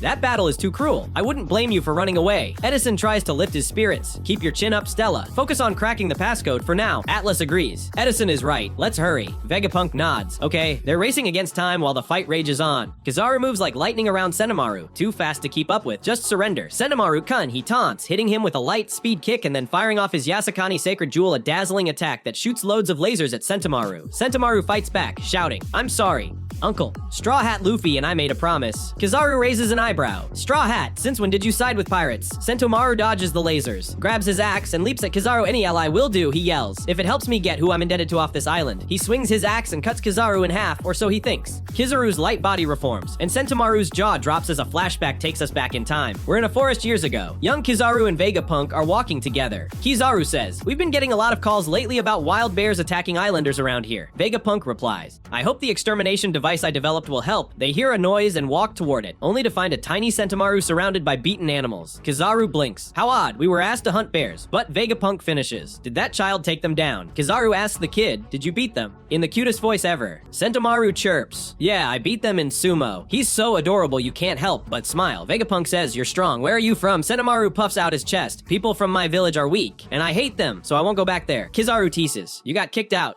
didn't you? Sentomaru insists, I'm strong and I don't even get hungry, but I want to work. Oh, something you'd like to buy. Sentomaru's stomach growls, and he yells, rice balls. Everyone bursts out laughing at such a sweet moment. Back in the present, Kizaru sighs. You were so adorable. The flashback picks up again. Kizaru asks, work. Vegapunk nods. I guess you're confident in your physical strength. Kid, do you want to be my bodyguard? Sentomaru's eyes light up. Are you gonna hire me? I'll do it. Later, he's bouncing around Kizaru. Calling. Uncle. Kizaru chuckles. Are you calling me? Sentomaru asks, how should I protect old man Punk? Kizaru grumbles. Uncle, makes me sound like some old geezer, but Sentomaru keeps going. Teach me how. Uncle, it's clear they had a special bond back then. In the present, Kizaru says, I did my best to teach you. Sentomaru cunt. Sentomaru charges at him with his sumo strike, landing a hit that makes blood drip from Kizaru's mouth. But Kizaru doesn't flinch. But my defense is as strong as yours, he says. Sentomaru's eyes widen in shock as Kizaru points a laser at him. A massive explosion rocks the island, leaving Sentomaru down and the Marines staring in awe at the destruction. Kizaru walks over calmly and picks up the Pacifista Authority chip. Pacifistas, he says, your commander is unconscious, so the mission has changed. Work with the Navy ships to sink the Sea Beast weapons. The Pacifistas, who were attacking the ships, stop and turn their lasers on the Sea Beasts. One Sea Beast looms over a battleship, Marines running for their lives. When a Pacifista blasted in the head, one by one, the Sea Beasts fall. A Marine shouts, now is our chance. Let's follow the Vice Admirals. The tide of the battle is turning. Doberman gets on a call with Saturn, one of the 5 elders. The command to the Pacifistas has been overwritten, he reports. Saturn sighs. Such a waste to sink them. But if we have to choose, we choose the Pacifistas. Report the damage that has occurred in the last few minutes. Doberman replies, yes, sir. The Marines are winning, but at a cost. Back in the Labo phase, Usopp yells, Sentomaru has been taken down. Vegapunk gasps. What? Chopper whimpers. But he was so strong, Nami mutters. Kizaru has no mercy. Vegapunk, tears in his eyes, urges, hurry up and deactivate the defense system. We can't let Sentomaru's efforts go to waste. Atlas nods. Okay, York sneers. It's pointless. I'm Vegapunk too. But no one pays her any attention. Kizaru looks up at the sky. Vegapunk warns. Kizaru is light itself. He can get past the laser barriers. Usopp panics. What? Does that mean he can get here? Vegapunk nods. Yes. Usopp trembles. We were once beaten badly by him. Kizaru grins. It's been a while. Straw hats and shoots upward like a beam of light. On the Vega Force 1, which is carrying the Thousand Sunny, Frankie shouts, hurry up.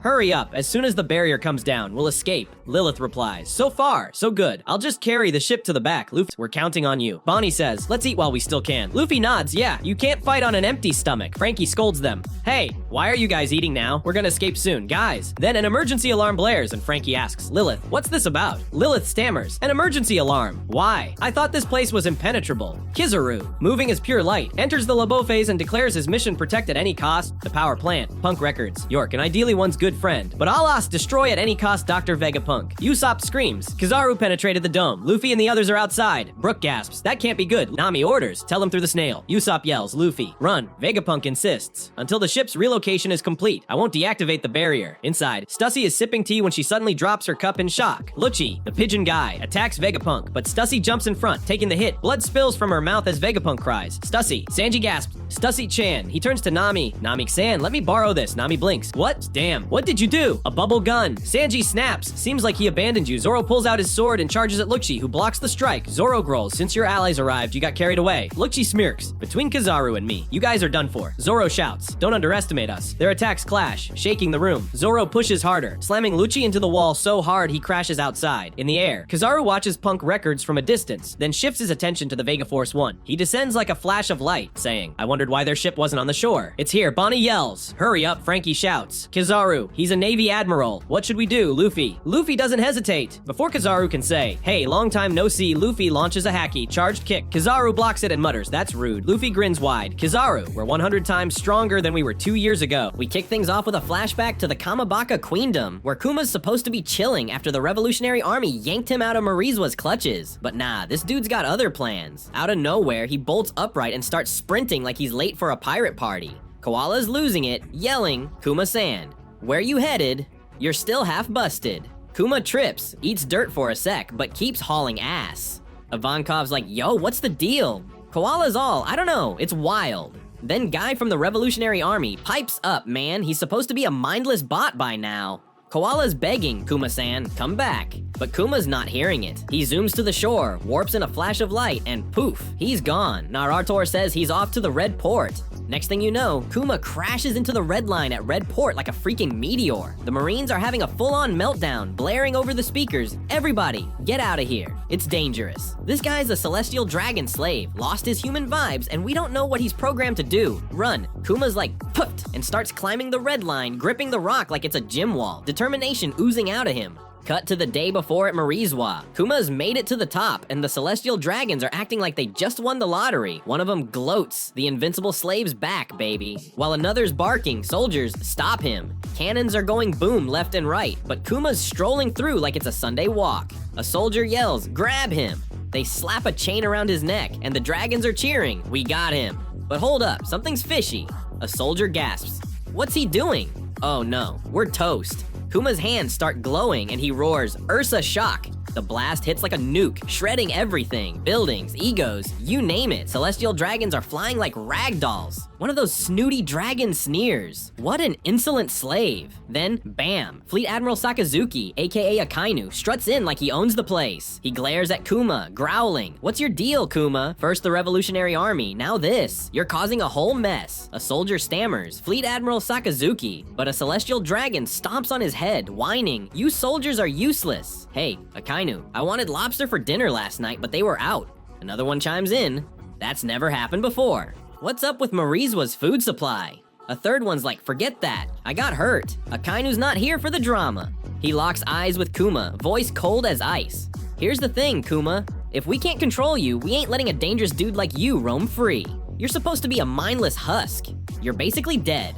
Where are you even going?" His hand lights up with magma, and he charges with a hellhound punch that melts half of Kuma's face. Akainu smirks. "Didn't know you still bled like a normie." Kuma drops to his knees, looking done for, but nah, he's back up, running like a champ. Akainu's pissed, hurling magma fists. Kuma dodges a few, but one blasts his leg clean off. Still, Kuma warps away in a flash, leaving Akainu shook. We flash to a burning island in the new world. Akainu's looming over a tied-up jewelry Bonnie, all smug. "Heard you escaped the government." Gave me chills. But it's over now. Bonnie's spitting fire. "You jerks. I'll make you pay." Akainu's like, "Cry all you want, kid." Kuma's gone for good. He signed up to be a weapon. Bonnie's screaming, "That's a lie. No way, he'd never ditch me like that." The flashback fades, and back in Marizois, a celestial dragon's yelling, "Hey, where's Kuma? You let him bounce? You're the Admiral." Akainu's just standing there muttering, "Where you off to, puppet? You got no mind left." Now we're on Egghead Island, present day, and it's pure chaos. A Marine's shouting, "Pacifistas," Navy grunts, "Keep blasting, take out those sea beast weapons." The Pacifista Mark III lasers are lighting up, and those sea beasts are dropping like flies. Another Marine's like, "Storm the Faberia phase, take the island." Kizaru's already in the Leba phase up in the clouds. Inside the Leba phase, Luffy's in Gear 4 Snakeman, unloading a fist storm on Kizaru. Gum Gum, Black Mamba. His punches are flying faster than you can blink. Kizaru's blocking with his light powers. All, "Not bad, kid. I see why you took down Kaido. But why's a pirate like you guarding Vegapunk?" Luffy fires back. "You tell me. Why you trying to kill Old Man Apple?" He swings hard, but Kizaru deflects with a kick, sighing. "It's not like I wanna..." Then, whoosh, Kizaru shoots up into the sky like a rocket. Luffy's squinting. How high is this dude going? Floating up there, Kizaru's thinking, "I don't want to kill Vegapunk. I've known him forever. So stay out of this, Straw Hat." He powers up, then dives down with acceleration is power. A kick so hard it sends Luffy crashing through Vegaforce 01, splitting the giant robot in half. Kizaru flashes back to Vegapunk's hype moment. It's done. Vegaforce 01, the dream of mankind. A giant robot. Too bad it's toast now.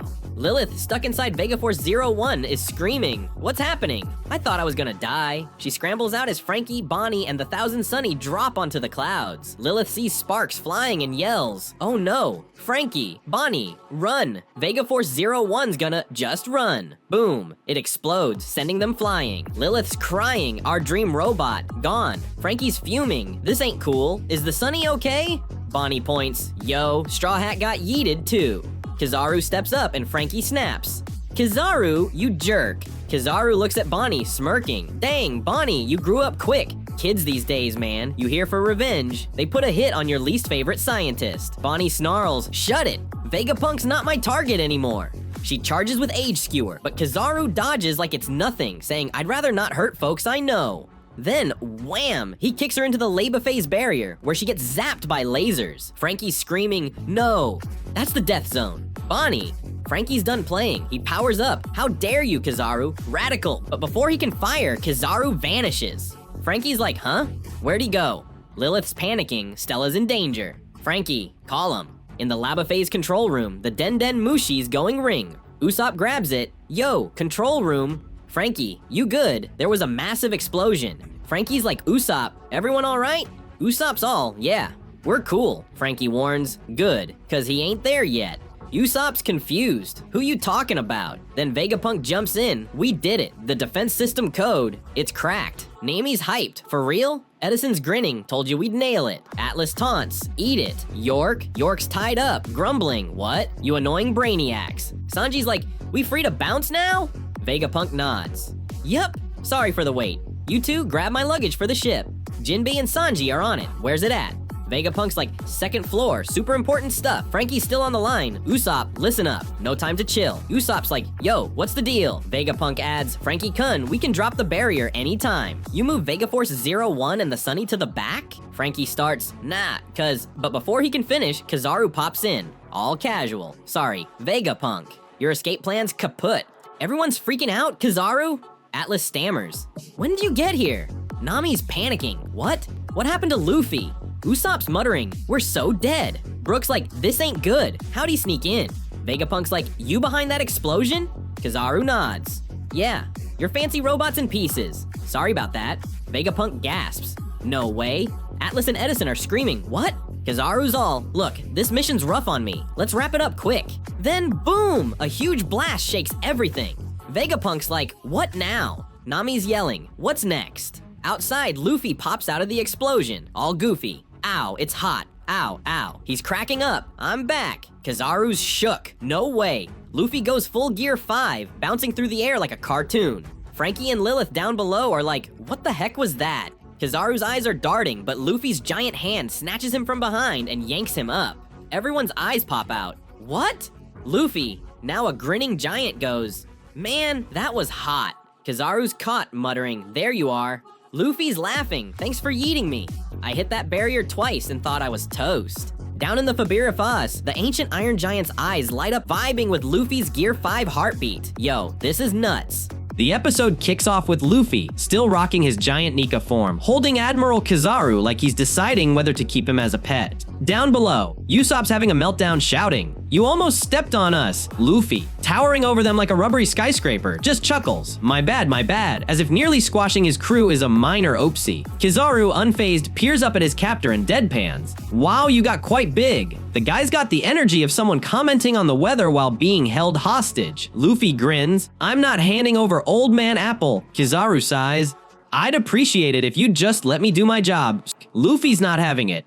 Standing up straight, Kizaru's still in his grip like a shiny action figure. Then the fun begins. Luffy starts spinning Kizaru like he's winding up a top, round and round, until he yells, here we go. Kizaru mid-twirl mutters, go easy on me, come on, sounding more annoyed than scared. With a flick of his wrist, Luffy hurls him like a fastball, sending the Admiral soaring across Egghead Island. Usopp and Chopper watch, eyes glittering with tears of awe, as Luffy cheers. Look at him go aw! Somewhere in the distance, Kizaru's probably regretting every life choice that led to this moment. Back on the ground, Brook's having an existential crisis, or at least pretending to. I finally got to see Luffy's new form with my own eyes. He says, pausing dramatically before adding, oh, but I don't have eyes. He's cackling at his own joke, then keeps going. It shook me to my core. Oh, I don't have a core either. The skeleton's on a roll, but Nami's not here for it. She smacks him square on the skull and snaps.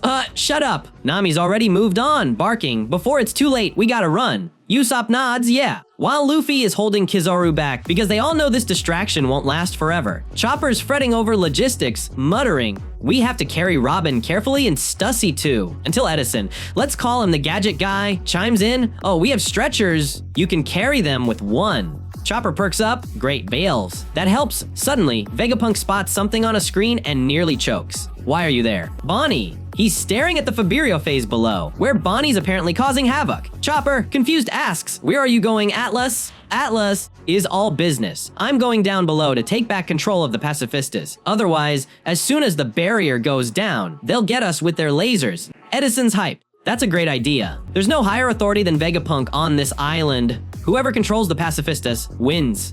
Atlas nods, yeah, I'm going. Vegapunk tries to stop her. Wait, Atlas. Then hesitates. Well, but I will go with you. Usopp's flabbergasted. What? You can't possibly go. Vegapunk blinks. Why? Usopp's practically begging, because this whole thing is about them trying to kill you. He's waving his arms. Let's just wait here. But Vegapunk's not listening. Stubborn old man's got a mission. He grabs his Den Mushi and calls Frankie. Frankie, Kun, do you hear me? Frankie's voice booms back. Yeah. Vegapunk drops the bombshell. It seems like Bonnie is down there. Frankie's thrilled. She's alive. That's great.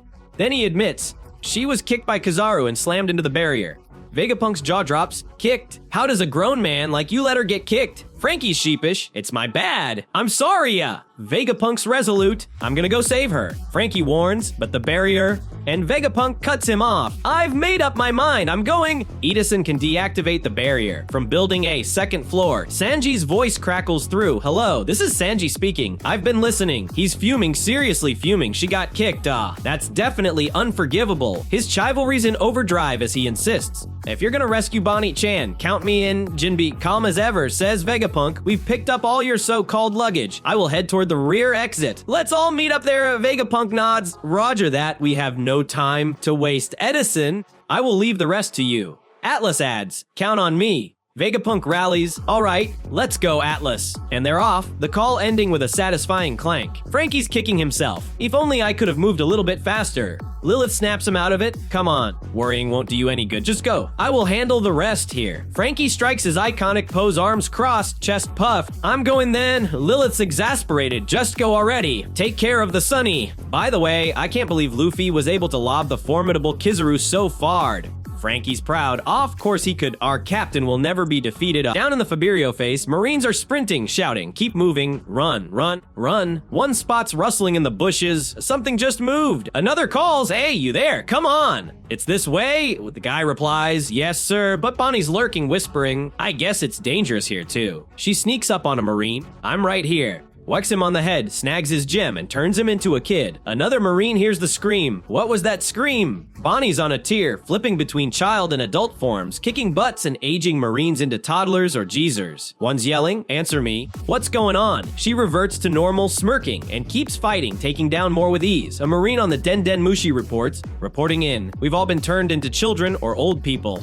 Another warns, damn, stay away from the town center. We believe Jewelry Bonnie the pirate is there. She's hiding somewhere. Be careful. She'll manipulate your age old and child Marines grown. Somebody, get this off me. Where did she go? Others shout, find her. She must be around here somewhere. And take her down. Bonnie ducks behind a wall, panting, damn-o. Marine spot something. Right here, we found Sentomaru-o, but he's burned to a crisp. Bonnie whispers, Sentomaru. Flashback. As she fell from the lava phase, Sentomaru caught her wheezing. Run, the Navy's coming. He collapses, and now hiding, she mutters, Sentomaru, what should I do? Marines are closing in. Have you found her? No. Go check that way. Yes, sir. Bonnie sighs. I wonder if I can hide until it's all over. Back in the lava phase, Zoro's had enough. Hey, come out already, he shouts. Rob Lucci's voice echoes, let us do our job, Roronoa. Don't get in our way. He slinks into the shadows for a surprise attack, but Zoro's not fooled. Even if you hide, even if you move around, I can tell where you are because of that animal stench. Lucci lunges from behind, claws out, but Zoro dodges, and they clash, nails scraping swords, sparks flying. They trade blows, neither giving an inch until Zoro flips upside down, slamming Lucci into the clouds below. Luffy, still giant, laughs. You're fighting. Zoro, want my help. Zoro, dodging Lucci's claws, snaps. No, I don't. Just focus on Kizaru. He charges his swords with Haki. If this is the best you can do, don't expect to get a chance to go up against our captain.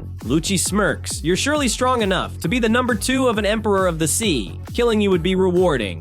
The tension's thick, Zoro's not playing around. Outside Egghead, Kizaru's still airborne, hands folded like he's napping mid-flight. I'm going to fall into the sea, he muses, then zaps himself back with Yasakani's sacred jewel, splitting into multiple light clones. He zooms toward Luffy, who's floored. What? Clones draw? Oima no Murakumo swords? Slashing at him. Luffy dodges, but one nicks his cheek, drawing blood. He yelps, then retaliates with Gumdon Whip, kicking a few clones. It didn't work. Was it a holla holo? He grumbles, dodging lasers, they're shining.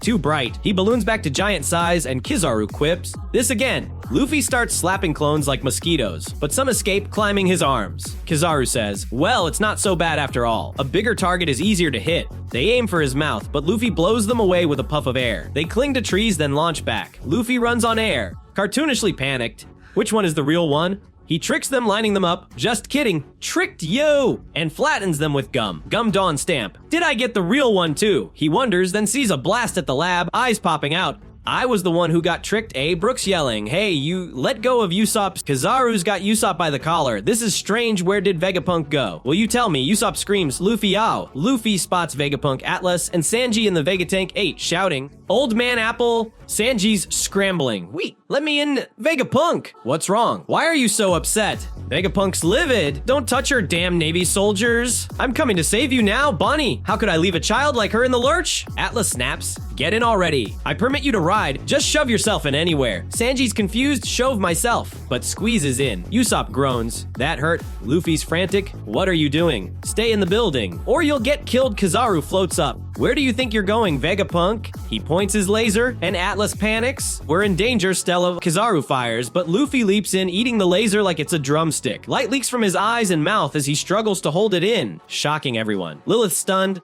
He came back. Frankie by the Vegatank shouts, Lilith, use General Frankie to carry the ship. I will catch this ride and meet you there. She replies, got it, Auden. As the Vegatank jumps, Luffy releases the light, causing a massive explosion. Vegapunk yells, Edison. Now, Edison activates. All right, Frontier Dome, partially deactivate, reactivate. Frankie's screaming, we're falling, we're falling. But Vegapunk switches the vehicle mode, and it glides on clouds. Marines spot them. Wait a minute, I thought so, that's Dr. Vegapunk. On the Den Den Mushi, a Marine reports, this is the Faberio phase on the island. I have a report. Dr. Vegapunk came down from the Labo phase above, prepare to attack. Aim, guns and Pacifista Mark III as take aim, but Atlas pops out. Oh, all Pacifistas. Vegapunk has a new order. Wipe out all Navy soldiers on the island. Marines scream, what? As the Pacifistas turn and fire. Saturn sits, meditating hilariously, watching the chaos unfold. So we start off right after Vegapunk pulled a fast one, basically telling the Pacifistas, hey, switch sides. On the ground, the Navy soldiers are having a really bad day. You hear one soldier yell, oh no. This time and then the Pacifistas zero in. Their robotic voices announce, target change, wipe out Navy soldiers. The soldiers are scattering like pigeons, yelling, get away from the Pacifistas. Out on the Navy ship, Vice Admiral Doberman can't believe what he's seeing. He shouts, Vegapunk must have overridden the order. The regular Navy guys are grumbling, geez. I can't believe we lost the Pacifistas. Damn Vegapunk. Yeah, plot twist. Up in the Vegatank 8, which still looks like a big, bright red toy car on wheels. Frankie is super excited. That's it. Pacifistas keep attacking. Vegapunk is happy too. Looks like it worked. Then Frankie notices their vehicle is pointed straight down. Hey, why are we going straight down? Aren't we falling? He yells, probably getting a bit of a roller coaster feeling. Vegapunk, cool as a cucumber made of science, explains. Island clouds have the property of attaching to each other. He adds, the tires of this Vegatank are made of island clouds, so it won't fall.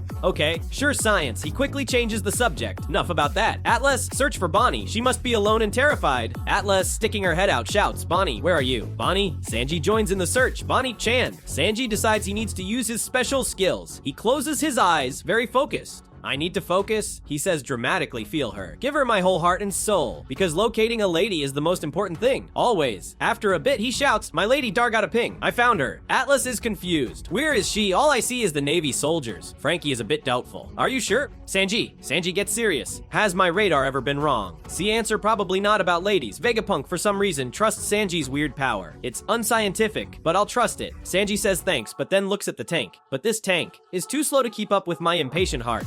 With that, he leaps out announcing, I'm on my way. Bonnie Chan. Down on the ground, a pacifista walks up to two Navy soldiers, attacks them, and keeps going. Bonnie shows up, hiding behind a wall, feeling happy. I'm glad that the pacifistas are on our side again. But suddenly, Navy HQ Vice Admiral Pomsky attacks her from behind. She dodges because she's quick. I finally found you, he yells. Jewelry Bonnie the pirate, how could you do that to my men? Other soldiers come running and start shooting at her. She dodges all the bullets. Then she uses her special move, NDE. She shoots the soldiers. They go down not dead, but completely knocked out. Pomsky is confused. Hey, what's wrong, guys? One soldier answers from the ground, sounding spaced out. I crossed over to the other side. Hilarious. Pomsky yells at Bonnie to come back, but a pacifista steps in front of her. I won't let you go, it says. Bonnie is shocked. What? Why? Then another vice admiral shows up. This This is Bluegrass riding on a Pacifista Mark III. She explains proudly, even if it's just this one, I'm in control, regardless of the authority hierarchy. I can control anything I ride, because I'm a driving human who ate the ride fruit. She looks angry. If I kill you, will the curse you have placed on our men be lifted? The Pacifista she's riding starts to power up its laser to attack Bonnie, but Bonnie sees the face of Bartholomew Kuma, her father, on the robot. She freezes, unable to move, lost in her memories. Dad, she whispers. Bluegrass shouts at her to undo the aging on her men. Just as the laser is about to fire, Sanji arrives. He kicks Bonnie out of the way just in time. Bonnie, Chan, you need to pay attention, he tells her. Bluegrass sees him. Black leg. Sanji says to Bonnie, I heard it. Kuma is your father, right? He gets serious. But you must accept that those are not him, or else you are.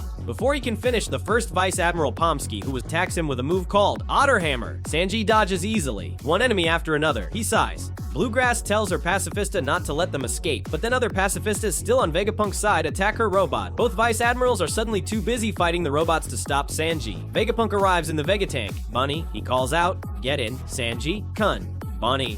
Atlas yells, the Pacifistas are on our side now. Let's head back up. Bluegrass is yelling at her robot to fight, but it gets punched and she falls off. The Vegatank drives away. Back in the Laba phase, the rest of the Straw Hats are carefully putting Robin onto a stretcher. Chopper is making sure she's comfortable. Be careful. Put her on carefully. Usopp says he knows. Nami asks Robin if she's okay, and Usopp says she has to hold on a little longer. Robin thanks them. Nami says, okay, let's go. But Stussy, who was hurt before, says, I'll stay. She adds, I still have some work to do. Edison seems to understand. Stussy, he asks, then says, okay, then we'll just go. Usopp is surprised, but Edison insists. That's what she wants. Let's go. Usopp argues a bit, but Nami just says, we'll see you later then, as they leave Stussy behind. Now, things get really serious. We see Saint J. Garcia Saturn, one of the 5 elders, sitting on his ship. He stands up. Get ready, from here things go wild. Your heart might want to run away. We see Zoro fighting Lucci, and it's as intense as you expect. Lucci pushes Zoro back and moves super fast, saying, that's no use resisting.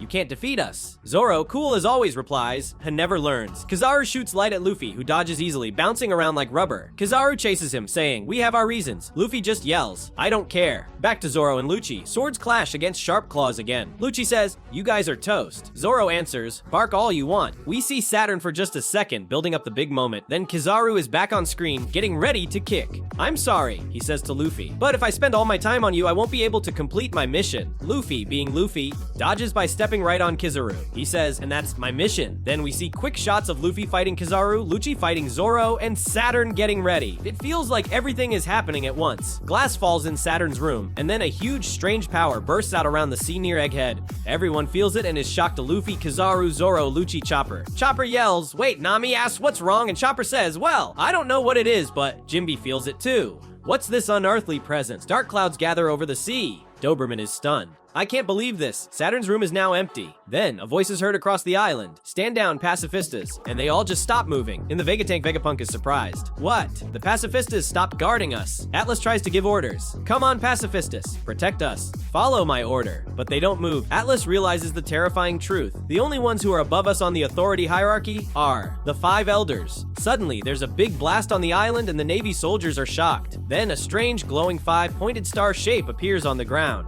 A pentagram. The soldiers yell. They start running away. Frankie in the tank says, what the oh? Sanji, feeling the strange power, says, this is odd. Get to high ground. Vegapunk agrees. From the sea, Doberman's voice comes over the speaker. Soldiers on the island. Saint Saturn of the 5 elders will make landfall on Egghead. No one below the rank of Commodore may behold him. The soldiers are completely shocked. And Elder. The warning repeats as a huge explosion happens where the pentagram is. Sanji in the Vegatank yells, what's that explosion? Vegapunk can't believe it. The 5 elders. One of them came all the way to this island. Frankie asks, confused, the 5 elders. Who the hell are they? Vegapunk explains, they're the highest authorities in the world. Bonnie looks terrified hearing this. Then, something big starts coming out of the pentagram. Sanji points. Something's coming out of there, and Saint Saturn appears with a scary entrance. Navy soldiers yell, what's that? It's a monster. One soldier looks right at him, even though they were told not to. Saturn sees the soldier and, with just a look, makes his head explode. It's messed up. Saturn speaks, his voice low. Solid ground. He says, it has been a while. His title pops up on the screen, Saint J. Garcia Saturn, Godhead of Science and Defense, 5 elders, highest authorities of the world government. Bonnie yells, what's that monster? From above, Kizaru, still moving fast, shoots a laser at the Vegatank. They dodge the laser, but Kizaru hit the cloud road, and now they start to fall. Kizaru, looking a little guilty, says, oops, that was close. Vegapunk cries out, oh no, the island clouds. Sanji holds Bonnie tight as they fall. Luffy comes running through the air, yelling at Kizaru, stop right there.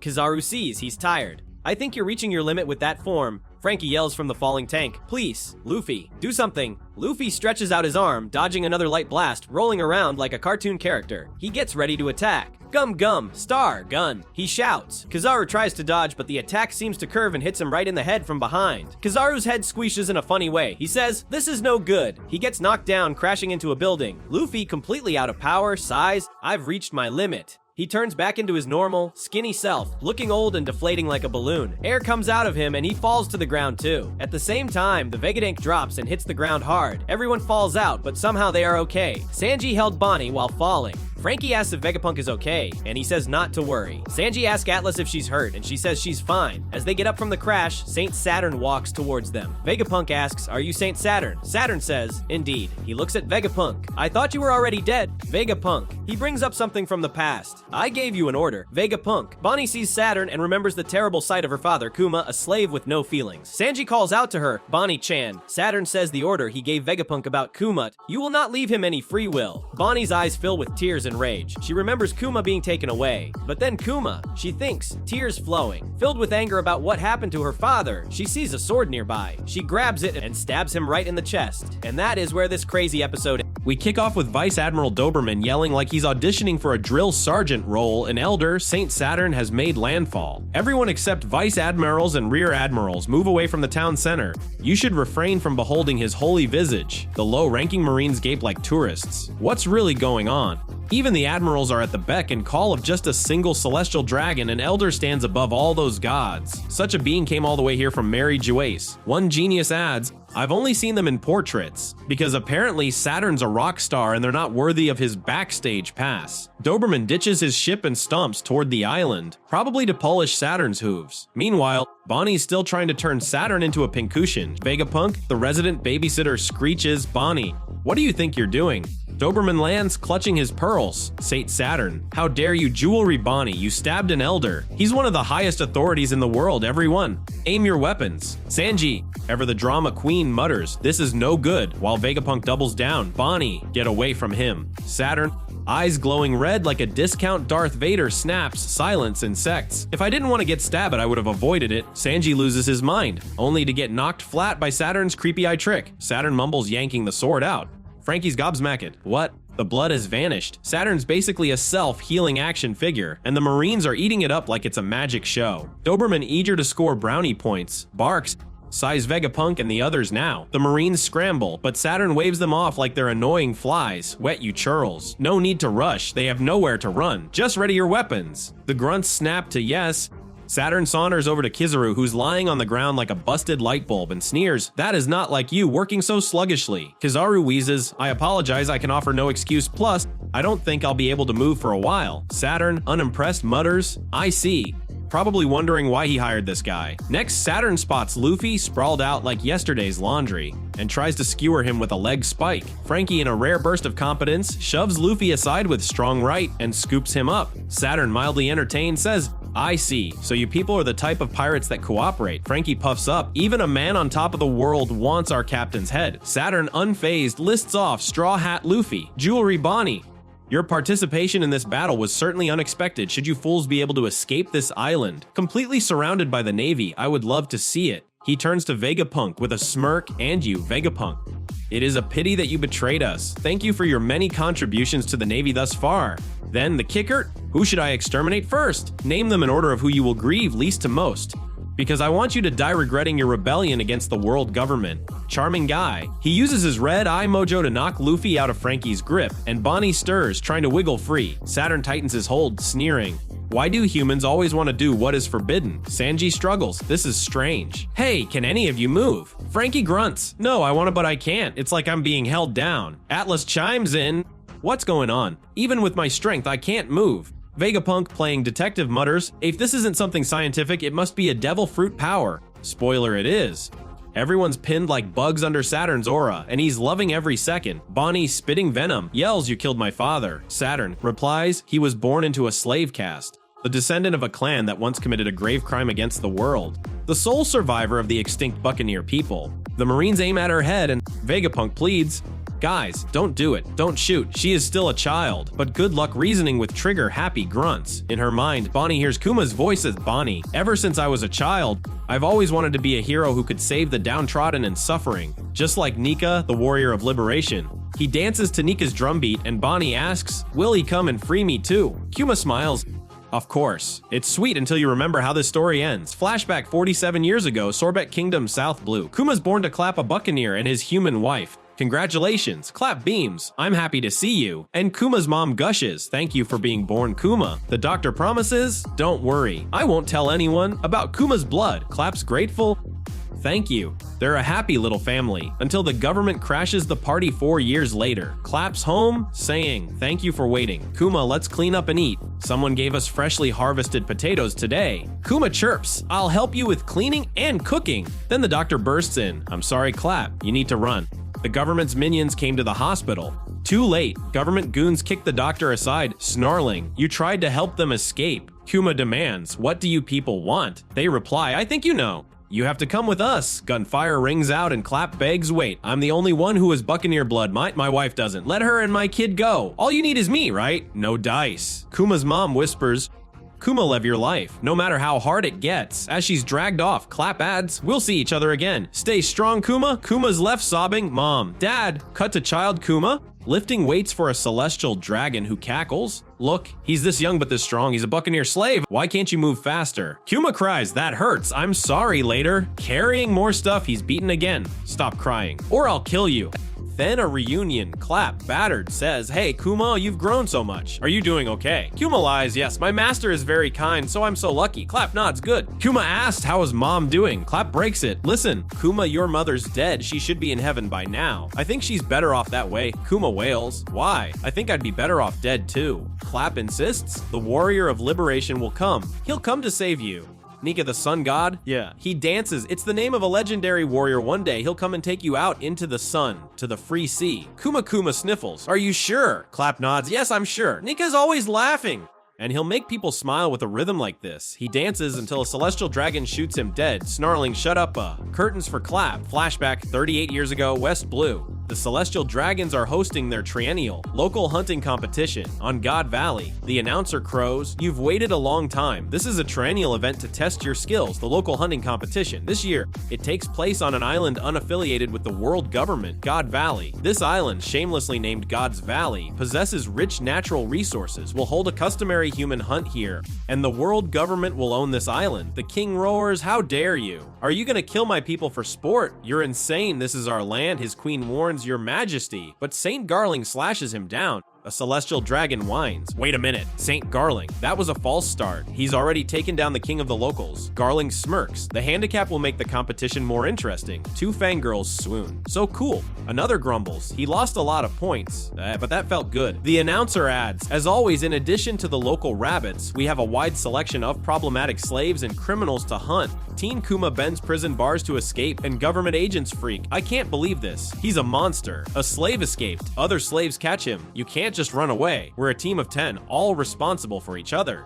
If you escape, we'll all get killed, Kuma sobs. No, I don't ever want to go back there. Why don't you kill me here? Even if I go back, I will die anyway. Then young Emporio Ivankov and Ginny roll up. Ivankov yells, hee-haw. Hey, hold it right there. Are you the main feature of this event? The Buccaneer boy. You sure are big. I heard you carry the blood of the giants. Ginny, chewing meat adds, my big bro's big too, right? Ivankov snaps, only my face. Cut it out, you fool. He taunts the slaves, you all look so miserable. Are you guys enjoying life? One snaps, shut up, you brat. Ginny asks, do you want to die or do you want to live? Ivankov declares, work a miracle. If you follow us, we've got a great plan. I choose life. How about you guys? The Celestial Dragons kick off their hunt, with slaves' screams ringing out across God Valley. Ivankov and Kuma make a desperate play for freedom. Everyone, strap in. Episode 1130 just smashed into our brains, and it didn't just tell us about God Valley, it ripped the history books wide open and basically rewrote everything we thought we knew. This ain't just some flashback, this is the lore bomb to end all lore bombs, so God Valley, right? It's not some legendary battlefield, it's a hunting ground. The world nobles are explaining the rules for their native hunting competition. Yeah, you heard that right. Among the rabbits, that's what they're calling actual people. There are 13 super rare rabbits, worth 10,000 points each. and 150 rare rabbits. Any one-shot kill. Bam. Excellent bonus and luxurious prizes for the champion. These sickos are so eager. Some even try to get a head start, but get told, hold up, the hunt begins in an hour. Give the people time to run and hide. Can you believe the cruelty? People are running desperately for their lives, begging it's all a dream, screaming out that it's not right for humans to treat other humans as their toys. This is dark, bro. Meanwhile, over at Marineford, things are heating up. Fleet Admiral Kong contacts Monkey D. Garp, who's on vacation. Kong wants Garp at Hachinosu, but he won't say why, because if something happened, he'd be in trouble. Garp, sharp as ever, figures Kong's talking about the world nobles' field trip and reminds him, I told you many times not to mess with Hachinosu. Don't underestimate the Rock's pirates wanting to take back the island's treasure. Garp's even like, what are you scared of if you got escorts? But then Kong drops the ultimate name bomb, Roger is involved. Garp immediately declares, I'm going. But plot twist, the Rock's pirates had already left Hachinosu. They're on their way. Back on God Valley, while this sick competition is underway, Emporio Ivankov starts rallying people. He's yelling, none of us will escape this game alive. And when it's all said and done, these events will be hidden from the history books. Some people actually believe they'd go free if they survived 3 weeks, but Ivankov's like, that's a lie to give you false hope to make the game more interesting. So his message, if you want to live, you need to move right now. With help from a shark fish man, Ivankov is freed from his chains. And then Ginny reveals their ticket out. 2 of the competition's prizes are going to be their means of escape the oh no me. Model Seryu Kaido's dragon fruit, people. And the Nikyu no meat Kuma's paw fruit. Ivankov's mind is blown. With these 2 devil fruits, we can make it off the island and past the marine blockade. But the problem, the fruits are in the center of the island. But Ginny, this absolute queen, reveals she's skilled in thieving, wiretapping, and broadcasting, and all this info had been leaked to the outside world 2 weeks ago. She was positive someone heard it. When Ginny says they need a decoy for this plan to work, young Kuma volunteers, citing his strong physiology would protect him, and he'd rather risk his own life than others. Ivankov accepts but straight up says, I won't let Kuma die either. The stakes are insane. And then it's pure, unadulterated chaos. The Rock's pirates and other pirate crews start attacking the Marines, catching them off guard. Rox himself orders his crew to seize the treasure, and look at this lineup making their way onto the island: Edward Newgate's Whitebeard, Dishiki, Buckingham Stussy, Charlotte Linland's Big Mom, Kaido, Gloriosa, and pretty soon, Roger and his pirate crew did too. The God's Knights are trying to defend the world nobles, and eventually, Garp and his soldiers arrive to back up the Marines, leading to an all-out conflict. This is legendary. During the fight, Ivankov and Kuma manage to acquire the 2 devil fruits. Yes, but before Ivankov can eat the Oonomi model Seryu, Big Mom slams him into a wall and takes the fruit. No. She tries to take the Nikyu no Mai as well, but Ivankov yells at Kuma, quickly eat it and save yourself. Right after Kuma eats the fruit, he's attacked by Jagersia Saturn, a Gorosi. Saturn tells Kuma that as a member of the Buccaneers, he exists only to live and die as a slave, as decided by the course of history. But Kuma even then stands up to Saturn. He tells him it doesn't make sense for people to be born important or a slave. He proclaims he will emulate Nika and use his power to save the weak and defenseless. Saturn's chilling reply, that is why Kuma and his people would be eliminated. Afterwards, the events on God Valley vanished into the darkness of history, wiped clean. But despite the chaos, Kuma, Ivankov, and Ginny were able to escape God Valley along with more than 500 other people. A miracle. The 3 went into hiding in Sorbet Kingdom and stayed in the church that Kuma's parents once managed. Ivankov realized that no information about God Valley had been revealed to the public, aside from Garp's now legendary reputation. Kuma starts praying for a while, stating he wished he could have saved more lives, but Ivankov and Ginny tell him he had done more than enough, and that Kuma's hands had brought freedom to the people, calling them the hands of liberation, the Feels Man. After that, Ivankov decides to head out on his own, while Kuma and Ginny remained in Sorbet, with the 3 hoping to see each other again. Ginny tells Kuma that from that day forward, she would be his big sister since she was older than him. The 2 began chopping wood to sell and make money. When Kuma was accosted by some kids who called him a monster for his size, Ginny beat them up in his defense. And Kuma apologized and used his powers to push their pain out of their bodies, much to their joy. This kid is already a legend. That night, the 2 were eating dinner, with Kuma remarking on how much of a big eater Ginny turned out to be. The 2 then broke down into tears of joy over their freedom and newfound happiness. You just have to feel for them. Alright, that's the play. By play, a ride in itself. But now, we dive deep. We unlock the secrets Oda just laid bare. First up, the God Knights. We see them, and it's unknown if all of them are celestial dragons like Garling, but one of them mentions they want to seize the trophies for the Manmere family. Boom. That's evidently the name of another celestial dragon family. This means we finally have half the names of the founders of the world government Nerona: Nefertari, Donkixote, Jay Garcia, Marcus, Topman, Ethamberon, Shepard Figarland, and now Menmayer. Keep track of those names, people.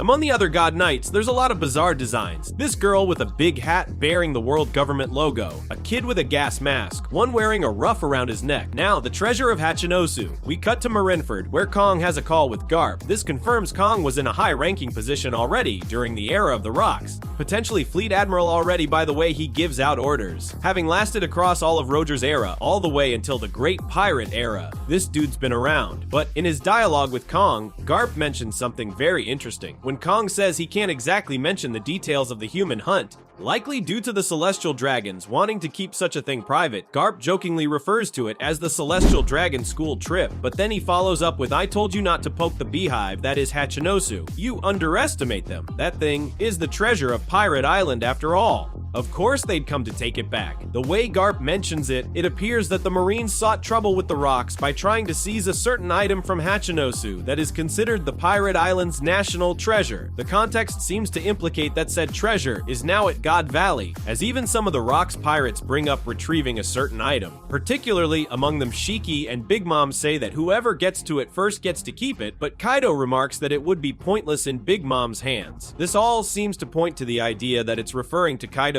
devil fruit, which Big Mom would successfully steal from Ivankov and later feed to Kaido since she already possesses a devil fruit or one of the other fruits in possession of the Celestial Dragons. Interestingly, Captain John also makes mention of wanting to make it his treasure, which makes me wonder if it will tie in any way with his actual legendary treasure. After all, beyond the dragon fruit and the paw fruit, there were 4 other chests among the prizes. What were in those? Still, a connection between Xebec and dragons is pretty fascinating, especially when we take into account the connection there is between emu and dragons, with how the celestial dragons are named after the creatures, are fascinated with them, asking Vegapunk to create artificial dragons, and the void century ties between emu and dragons in general. And since Rocksteed Xebec wanted to become king of the world and literally take Emu's position, one can only wonder why the two of them appeared to be so incredibly similar and linked together. This is deep lore, people. The Rocks Pirates. Things quickly escalate as the Rocks Pirates invade the island, with Xebec himself leading the charge as he gets a few spoken lines, though doesn't appear on screen. And among the Rocks Pirates, we have what is an incredibly stacked all-stars cast. First, Whitebeard, who was 36 at the time. He expressed frustration with Xebec's recklessness and how everyone wanted to be captain, which can already be seen reflected here. On his hat, we even see a prototype version of his Jolly Roger that is different from his current one. Cool detail. Next is Miss Buckingham Stussy, the original pirate from whom the current Stussy was cloned. She's getting very cozy with Whitebeard as she would claim to be his lover in the future. Currently, the original Stussy has aged, while the clone has remained pretty identical to this Stussy here, supposedly due to her succubus fruit stopping her from aging. At this time, Stussy was 38 years old, and soon after this incident and the disbandment of the crew, she would begin freeloading at Mads, which would lead to the creation of her clone. And interestingly, her kid Weevil, the supposed kid with Whitebeard, would be born 35 years ago, 3 years after God Valley. The timelines are lining up. Next is Big Mom, who is currently 38 here, wielding Prometheus in hand already. As we were told, she was able to get the dragon fruit for Kaido, for which she considers him to owe her a debt of gratitude. Similarly, Kaido here is 21, having spent 6 years on the crew already, a young beast. After him is Golden Lion Shiki, making his first proper full appearance in the actual manga. The antagonist of Strong World was a historically famous pirate at the time. He appears to have already eaten his fruit at this time. As he states, "I'll send you all flying," which may not be a hyperbole, but meant quite literally. And next is quite the curveball as Gloriosa is revealed to be a member of the Rocks Pirates. Yes, as a reminder, Gloriosa was the Empress of Amazon Lily and captain of the Kuja Pirates many years back. The one who succeeded her was Shakuyaku, Rayleigh's current wife and owner of Shaky's ripoff bar.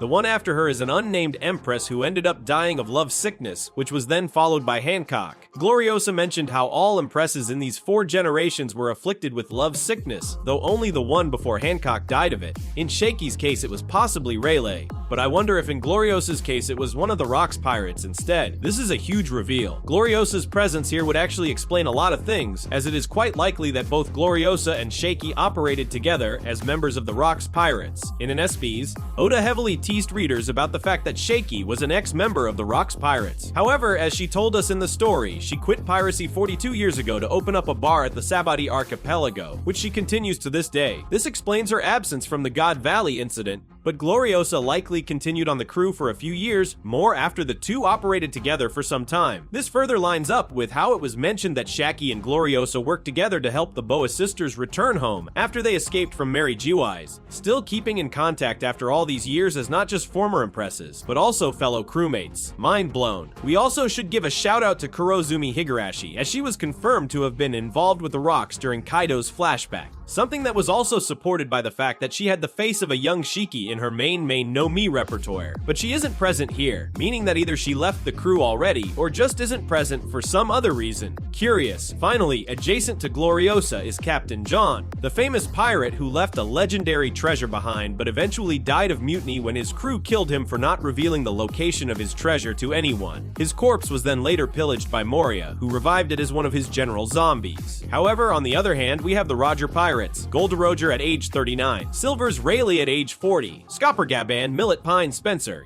and Sunbell. Roger himself looks like a splitting image of Ace, and also appears to be wearing the famous straw hat still. He mentions how it's been 1 year, which could be in reference to how a year prior, Roger had made it to Lodestar, the final island of the Grand Line route, and had now continued his journey to locate the poneglyphs and find the real final island. Yet another third party joins the fray, however, as Garp's reinforcements hit the scene, with a 40-year-old Garp emitting hacky lightning from his fist in a battle that will crown him as hero of the Marines. Alongside his side, however, is the ever-loyal Bogard, who looks quite great despite his age. As this flashback indicates, he must be at least around 60 years old in the present. Kuma and Ginny, in one of the most tragic and emotional One Piece moments, even if off-screen for the death itself, the God Valley flashback skips ahead to Kuma's return to a normal life in the Sorbet Kingdom. Ivankov makes a quick mention of Morgans, who was already active at the World Economic newspaper at quite a young age too, since he would have been 15 back then. And as a cool detail, when Ivankov bids goodbye to Kuma and Ginny, Kuma mentions that he'll never forget a face like Ivankov's, which makes it all the more painful when in Marineford, Kuma has had all his memories erased and Ivankov begins crying at the fact that Kuma has forgotten his face and now treats him like an enemy. Oda, you monster! We get to find out that Kuma's family seemingly lived at a church, which finally explains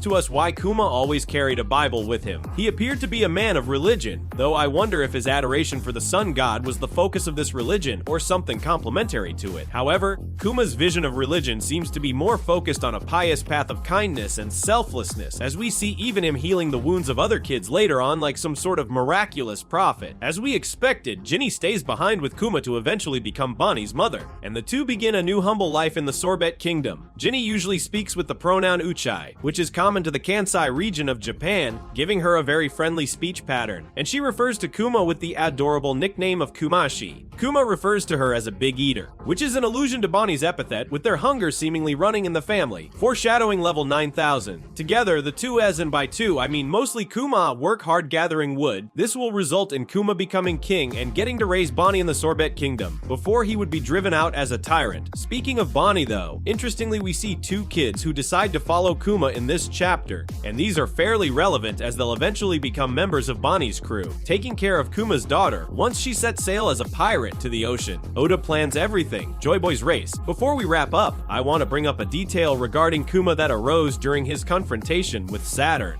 as the Gorosei told Kuma that he was always meant to be born a slave, a concept that Kuma simply can't get behind being born right or wrong. Something fascinating is mentioned. Kuma tells him that just like Nika, he wants to become someone who can save people, and Saturn replies, that is exactly why your people must be erased. What this sentence seems to be implying is potentially the idea that the original Joy Boy user of the Void Century may in fact have been a buccaneer. That is the crime that their people brought to the world, bearing the user of the Nika fruit, which resulted in the first Joy Boy turned reality, which the world government would then condemn his entire race in order to avoid any other Joy Boy from arising ever again. This would make a lot of sense, as it would explain the mysterious hat found at Mary Jiwai's. A lot of fans have often mistaken that hat for the hat of a giant, but that is sort of impossible as One Piece giants are way bigger. The hat would have to be at least 3 to 4 times its size to fit an actual 20 memps giant. However, it is still slightly larger than a normal human, but for a buccaneer, here. It would fit perfectly in their head. This might even explain better the name of the race, as evidently the ancient kingdom was closely tied with the concept of pirates, if not mostly composed by pirates. So it makes sense that the original Joy Boy was part of a race literally named after real pirates. This is a game-changing theory. Saturn witnessing Kuma mentioning wanting to be like Nika likely rose his suspicions again, but ultimately, the government is missing the fact that becoming Joy Boy by being chosen by the fruit isn't really something race-dependent. Becoming Joy Boy is not a matter of blood or birthright, a notion that Saturn clearly falls victim of because he believes all to be born right or wrong, with Kuma being born to be a slave and him being born to be great. But living up to the name of the character of Joy Boy is simply a matter of wishing to deliver liberation, to inherit the ancient will of freedom, and to be able to make such massive dreams a reality. Episode 1130 isn't just a flashback, it's a tectonic shift. Oda just dropped a volcano of lore. God Valley, the rocks,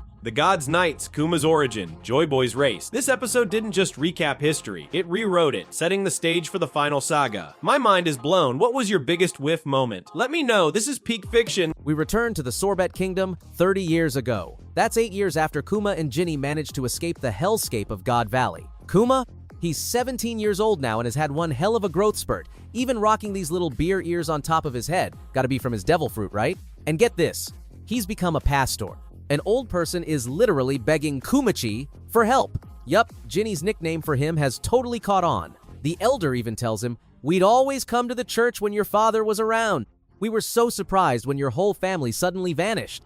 Seeing you raise such a wonderful son who became a pastor, your parents must be so proud." The Sorbet Kingdom is mostly old people, so a lot of them are poor because they can't work. But Kuma, he's their angel, using his miracle hand, his devil fruit powers, to literally push the pain out of an old lady while a whole line of others eagerly awaits their turn. They're all incredibly grateful, praising his divine hands. One of them even asks, "Hey pastor, could you do this on weekdays too?" But bam, a loud stump shatters the peace. It's Ginny, now a stunning 21-year-old, and she's still got that fiery spirit. She roars, "Absolutely not. This is a Sunday exclusive." She's scalding these old-timers. You shamelessly expect treatment without paying even a single berry. Despite her attitude, they all just laugh at the appearance of Jenny the Stingy. To this, she shouts at the drinking picnickers that this isn't a nursing home. The old folks gotta admit, the girl is beautiful but has quite a full mouth. But even that wasn't enough to dissuade men from all over town from confessing their love to her. And Oda, man, he's got the holy sisters dressed like this in a church? This dude is just inviting sin at this point. Goddamn. But with Kumachi around, no other man stood a chance. They'd also say that just seeing Kuma's face was enough to soothe their hearts. Kuma is genuinely glad to see them and hear their kind words. But Ginny, ever the practical one, quickly turns and reprimands Kuma for pampering them too much.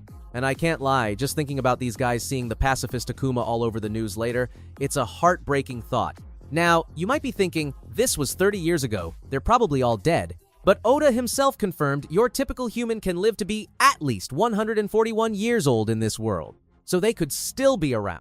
Then an old lady drops the heavy truth, we'd all love to donate and support the big fella, but lately it's been a real struggle to meet the heavenly tribute. Apparently, they had a new king with a pretty nasty reputation. This new King Bikori was infamously known as a cold-blooded monster, a heartless cheapskate. He demanded that ailing people like them pay the heavenly tribute without exception. One geezer chimes in, "If we don't, we'll be thrown in prison." This guy was the absolute worst. An old lady spoke about how an old friend of hers was locked away and ended up dying of starvation. The awful king refused to even give prisoners a meal. He was even more stingy with funds than Ginny. He was a terrible man who would happily bend over for the celestial dragons any day of the week. He's listening to all their conversations through a wiretap snail and smiling, the sicko. If they couldn't manage to stay in good health, it would only be a matter of time before they all wound up dead. Clearly, this is the guy the world government tried to convince people that Kuma was like.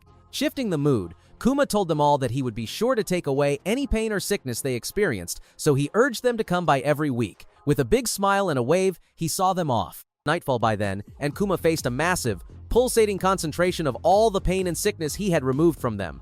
It's huge, the same size as the one he pushed out of Luffy back on Thriller Bark. After taking a deep breath, he plunged his hands into it and was immediately assaulted by the harmful collection. Despite being able to tank a direct hit from Saint Saturn as a little kid without so much as a tear, this thing made Kuma cry out in horrible pain. Ginny was barely holding herself together as she listened to his cries. But eventually, it was over. Ginny, holding back tears, went to help him. Once he was in bed, she spoke of how he keeps doing this to himself, week after week. None of the elderly visitors knew about the pain he endures for them. Smiling at her, Kuma accepted that it couldn't be helped. Someone needed to accept the mass extraction of pain and suffering to make it go away. If he just let it be, it would end up returning to the original sources. This makes Zoro taking on Luffy's pain even cooler. Kuma was doing that every week, and he didn't mind. He was happy, as long as everyone else could be happy. But he was sorry for worrying her. He planned on getting stronger so he'd be able to better handle it. But Ginny argued that that was hardly the issue.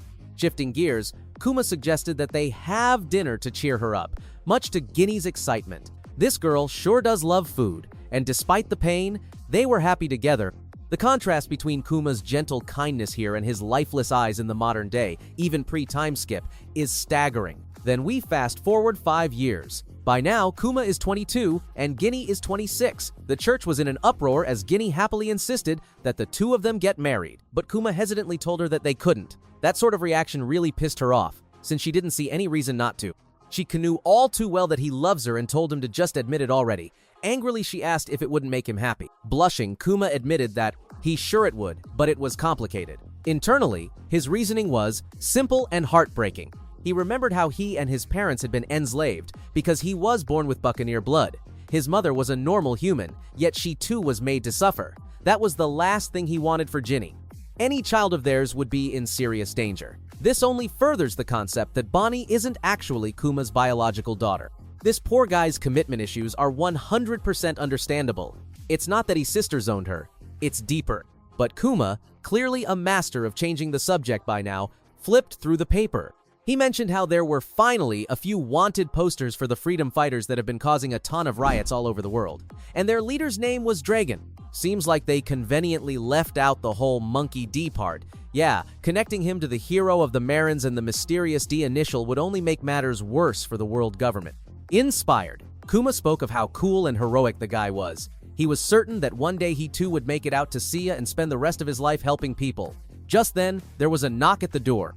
Kuma answered it and was faced by 2 men, the same 2 kids who bullied him, now adults, that had come to swoon over Ginny. They even caught a ton of fish to give to her.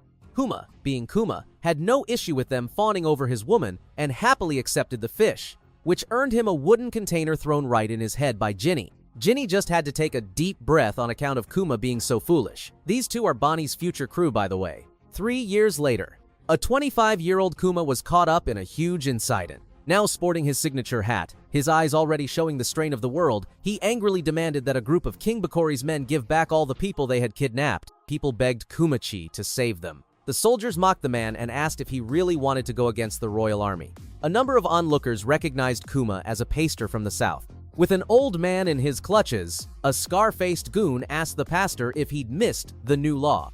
They were now free to use every person from the south however they wanted. Realizing that they planned to enslave them, Kuma's fury only grew.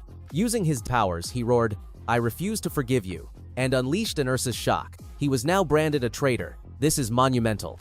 This is the first time he's ever hurt other people. This seemingly unwavering pacifist broke, and it took threatening others with the same hell he experienced as a slave. This is the first step to the Kuma we know. One of King Bakori's men urged the ruler to reconsider such a rough policy. The populace would hardly accept, but the long-nosed sovereign insisted that there was nothing to worry about. People have a tough time embracing change, but soon enough they'd all begin to look down on the southern people just like he does. From this day forward, he declared that the people of the north would be the true Sorbet Kingdom. He only saw value in those who could adequately pay the heavenly tribute to the world government. After all, the amount necessary was determined by a country's population.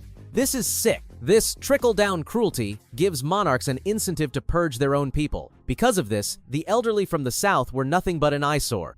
But by cutting them off and turning the south into a lawless area, the true Sorbet Kingdom would only flourish. Kuma is seeing his home become a mini Mary Geoise. Eventually, Kuma and the others, Ginny and the 2 former bullies, were all locked away in prison. Turning to them with his bruised face, Kuma asked why all his friends got arrested too.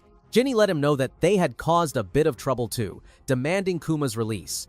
But they just ended up with a beating and the same fate. Gritting his teeth, Kuma told Ginny that his homeland was on the verge of becoming a discriminatory kingdom. She responded that the king is just a puppet of the celestial dragons, and that he got this policy from them. Because of that, if they defy this country, they would also need the resolve to fight the world government. Meanwhile, several large explosions rang out. The king was urged to quickly escape, but utterly disgusted, two figures refused to let a celestial dragon's lapdog like him get away. The people rejoiced. The tyrant king had been dethroned. The slave policy had been abolished. Thanks to the intervention of a certain group, the Sorbet Kingdom was saved from its evil leader. Now entering the prison, the leader of the revolt, Dragon, praised the man his comrade, Ivankov, recommended for causing such a stir. The big-headed one, Iva, insisted that Dragon would really like him. Once inside, Iva called out to Kuma and Ginny, knowing that they had both been arrested, and telling the two that they had come to save them. They were both shocked to see Iva again. In response, Iva told Kuma, if he hasn't changed, they should change the world together. And just like that, Kuma and Ginny joined the freedom fighters.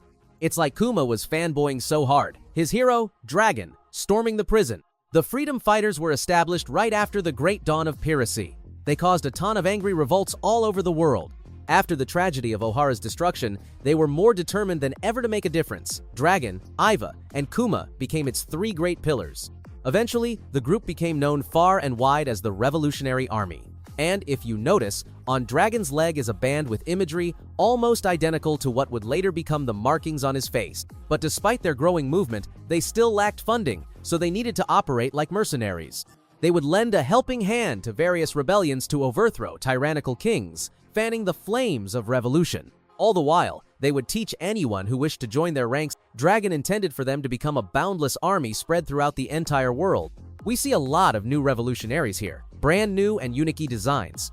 For a moment, I thought one was Bello Betty because of the top hat and skirt, but Betty would have been like 12, so these are all new. And it worries me because if they were important early on and we don't recognize them, they might have met tragic fates. While sailing on a ship with their old insignia, Kuma asked Dragon where he learned so much about weaponry. The commander-in-chief admitted that he used to be a Marine. Wait, Monkey D. Dragon, a former Marine. But ultimately, he didn't find even a shred of justice among them. For Dragon to have so quickly overthrown a force that even managed to capture someone as super strong and durable as Kuma, who also has a top-tier devil fruit, is damn impressive. Kuma was taking crazy damage on a weekly basis, which could have only empowered his already ridiculous pain tolerance. So Monkey D. Dragon is no doubt a total monster. There is no question this guy is at least Admiral level. Think about Garp raising enemies. His son, his grandson, his cousin, Ace, all turned against his path. Garp's optimism is Joy Boy Esque. He just keeps smiling. And Dragon, he could have been 30 in the Marines. Vice Admiral, maybe? Imagine Dragon and Garp at the same rank. And Dragon and Sakazuki are the same age, 55. They were probably recruits together, maybe close comrades or friends for a decade. If Dragon stayed, both would have been admirals. But Dragon committed the ultimate taboo. No wonder Sakazuki hates Dragon so much. It's personal. Killing Ace was duty, killing Luffy was passion for Sakazuki. Son of Dragon must kill. This recontextualizes Vegapunk's O'Hara chat with Dragon too. There are reasonable people in the Navy, Dragon. Stella shut him up because Dragon was one of them. Iva laughed as they all enjoyed a meal and some drinks together. From Marine to Revolutionary, all Dragon wanted to do was help people. With this, Kuma vowed to follow Dragon to the very end. Something Dragon was sure he wouldn't end up regretting. Eventually, Kuma returned to his church in the Sorbet Kingdom. The old folks were still kicking, and the big guy told them that he'd be coming home every now and again since he tends to worry about them. What a guy. And with that, 8 more years would pass. We're now 14 years ago from the present. In a certain kingdom, a fellow revolutionary couldn't help but notice how exited Ginny seemed to be, as she sang to herself with a gun in hand. Now, the commander of the Eastern Army, the role Bello Betty goes on to inherit. With some food in her mouth, Ginny figured the reason should be pretty obvious. Happily blushing, she mentioned how they'd be meeting up with Kumachi's squad soon. She was so joyful that she could hardly breathe. They recognized that Commander Kuma truly was a lucky man, one that had won the heart of the woman they all admire. But the idea of them all admiring her totally grossed Ginny out, much to their pain. She's like 37 now, always smiling, always eating, just like Luffy. If she is his mom, this works. Luffy's born. Ginny's still with the RA. Meanwhile, a mysterious figure began approaching them. Sometime later, Dragon received an urgent call while he was at the main headquarters of the Revolutionary Army, Baltigo. With a grim look on his face, along with now having his signature marking, Dragon received the news that Guinea had been captured. The men who reported it profusely apologized as it was on account of a truly unexpected enemy. Dragon looks utterly devastated, lines on his eyes, sweating. You can't picture Dragon looking more wrecked. This is a rough time frame for when Dragon got his marks, and if this all went down 14 years ago, then this was before Luffy ended up with Shanks' straw hat and met his brothers Sabo and Ace. It probably also means that Boney is less than 14 years old, so that whole her being a kid thing holds up. And Dragon's devil fruit? Wind-based Loja makes sense, saving Luffy from Smoker, Path in Flames for Ace and Luffy, Wind coming off him on his ship, but then there's Rain. And that lightning that saved Luffy from Buggy's execution when Dragon was there? That was no coincidence. So, maybe a mythical Zoan, an Eastern Dragon, Weather Lord. Controls weather, clouds, wind, life-giving rain, summons a storm when injured. It rained when Roger died and Dragon was there. This theory fits everything we've seen. This episode, this flashback, it's an emotional meat grinder and a lore eruption. Kuma's pure heart, his first act of violence, joining Dragon, finding purpose, and now Guinea's capture. What's next? Who took her? How does Kuma become? Kuma, I am not ready for the next one, but give it to me now.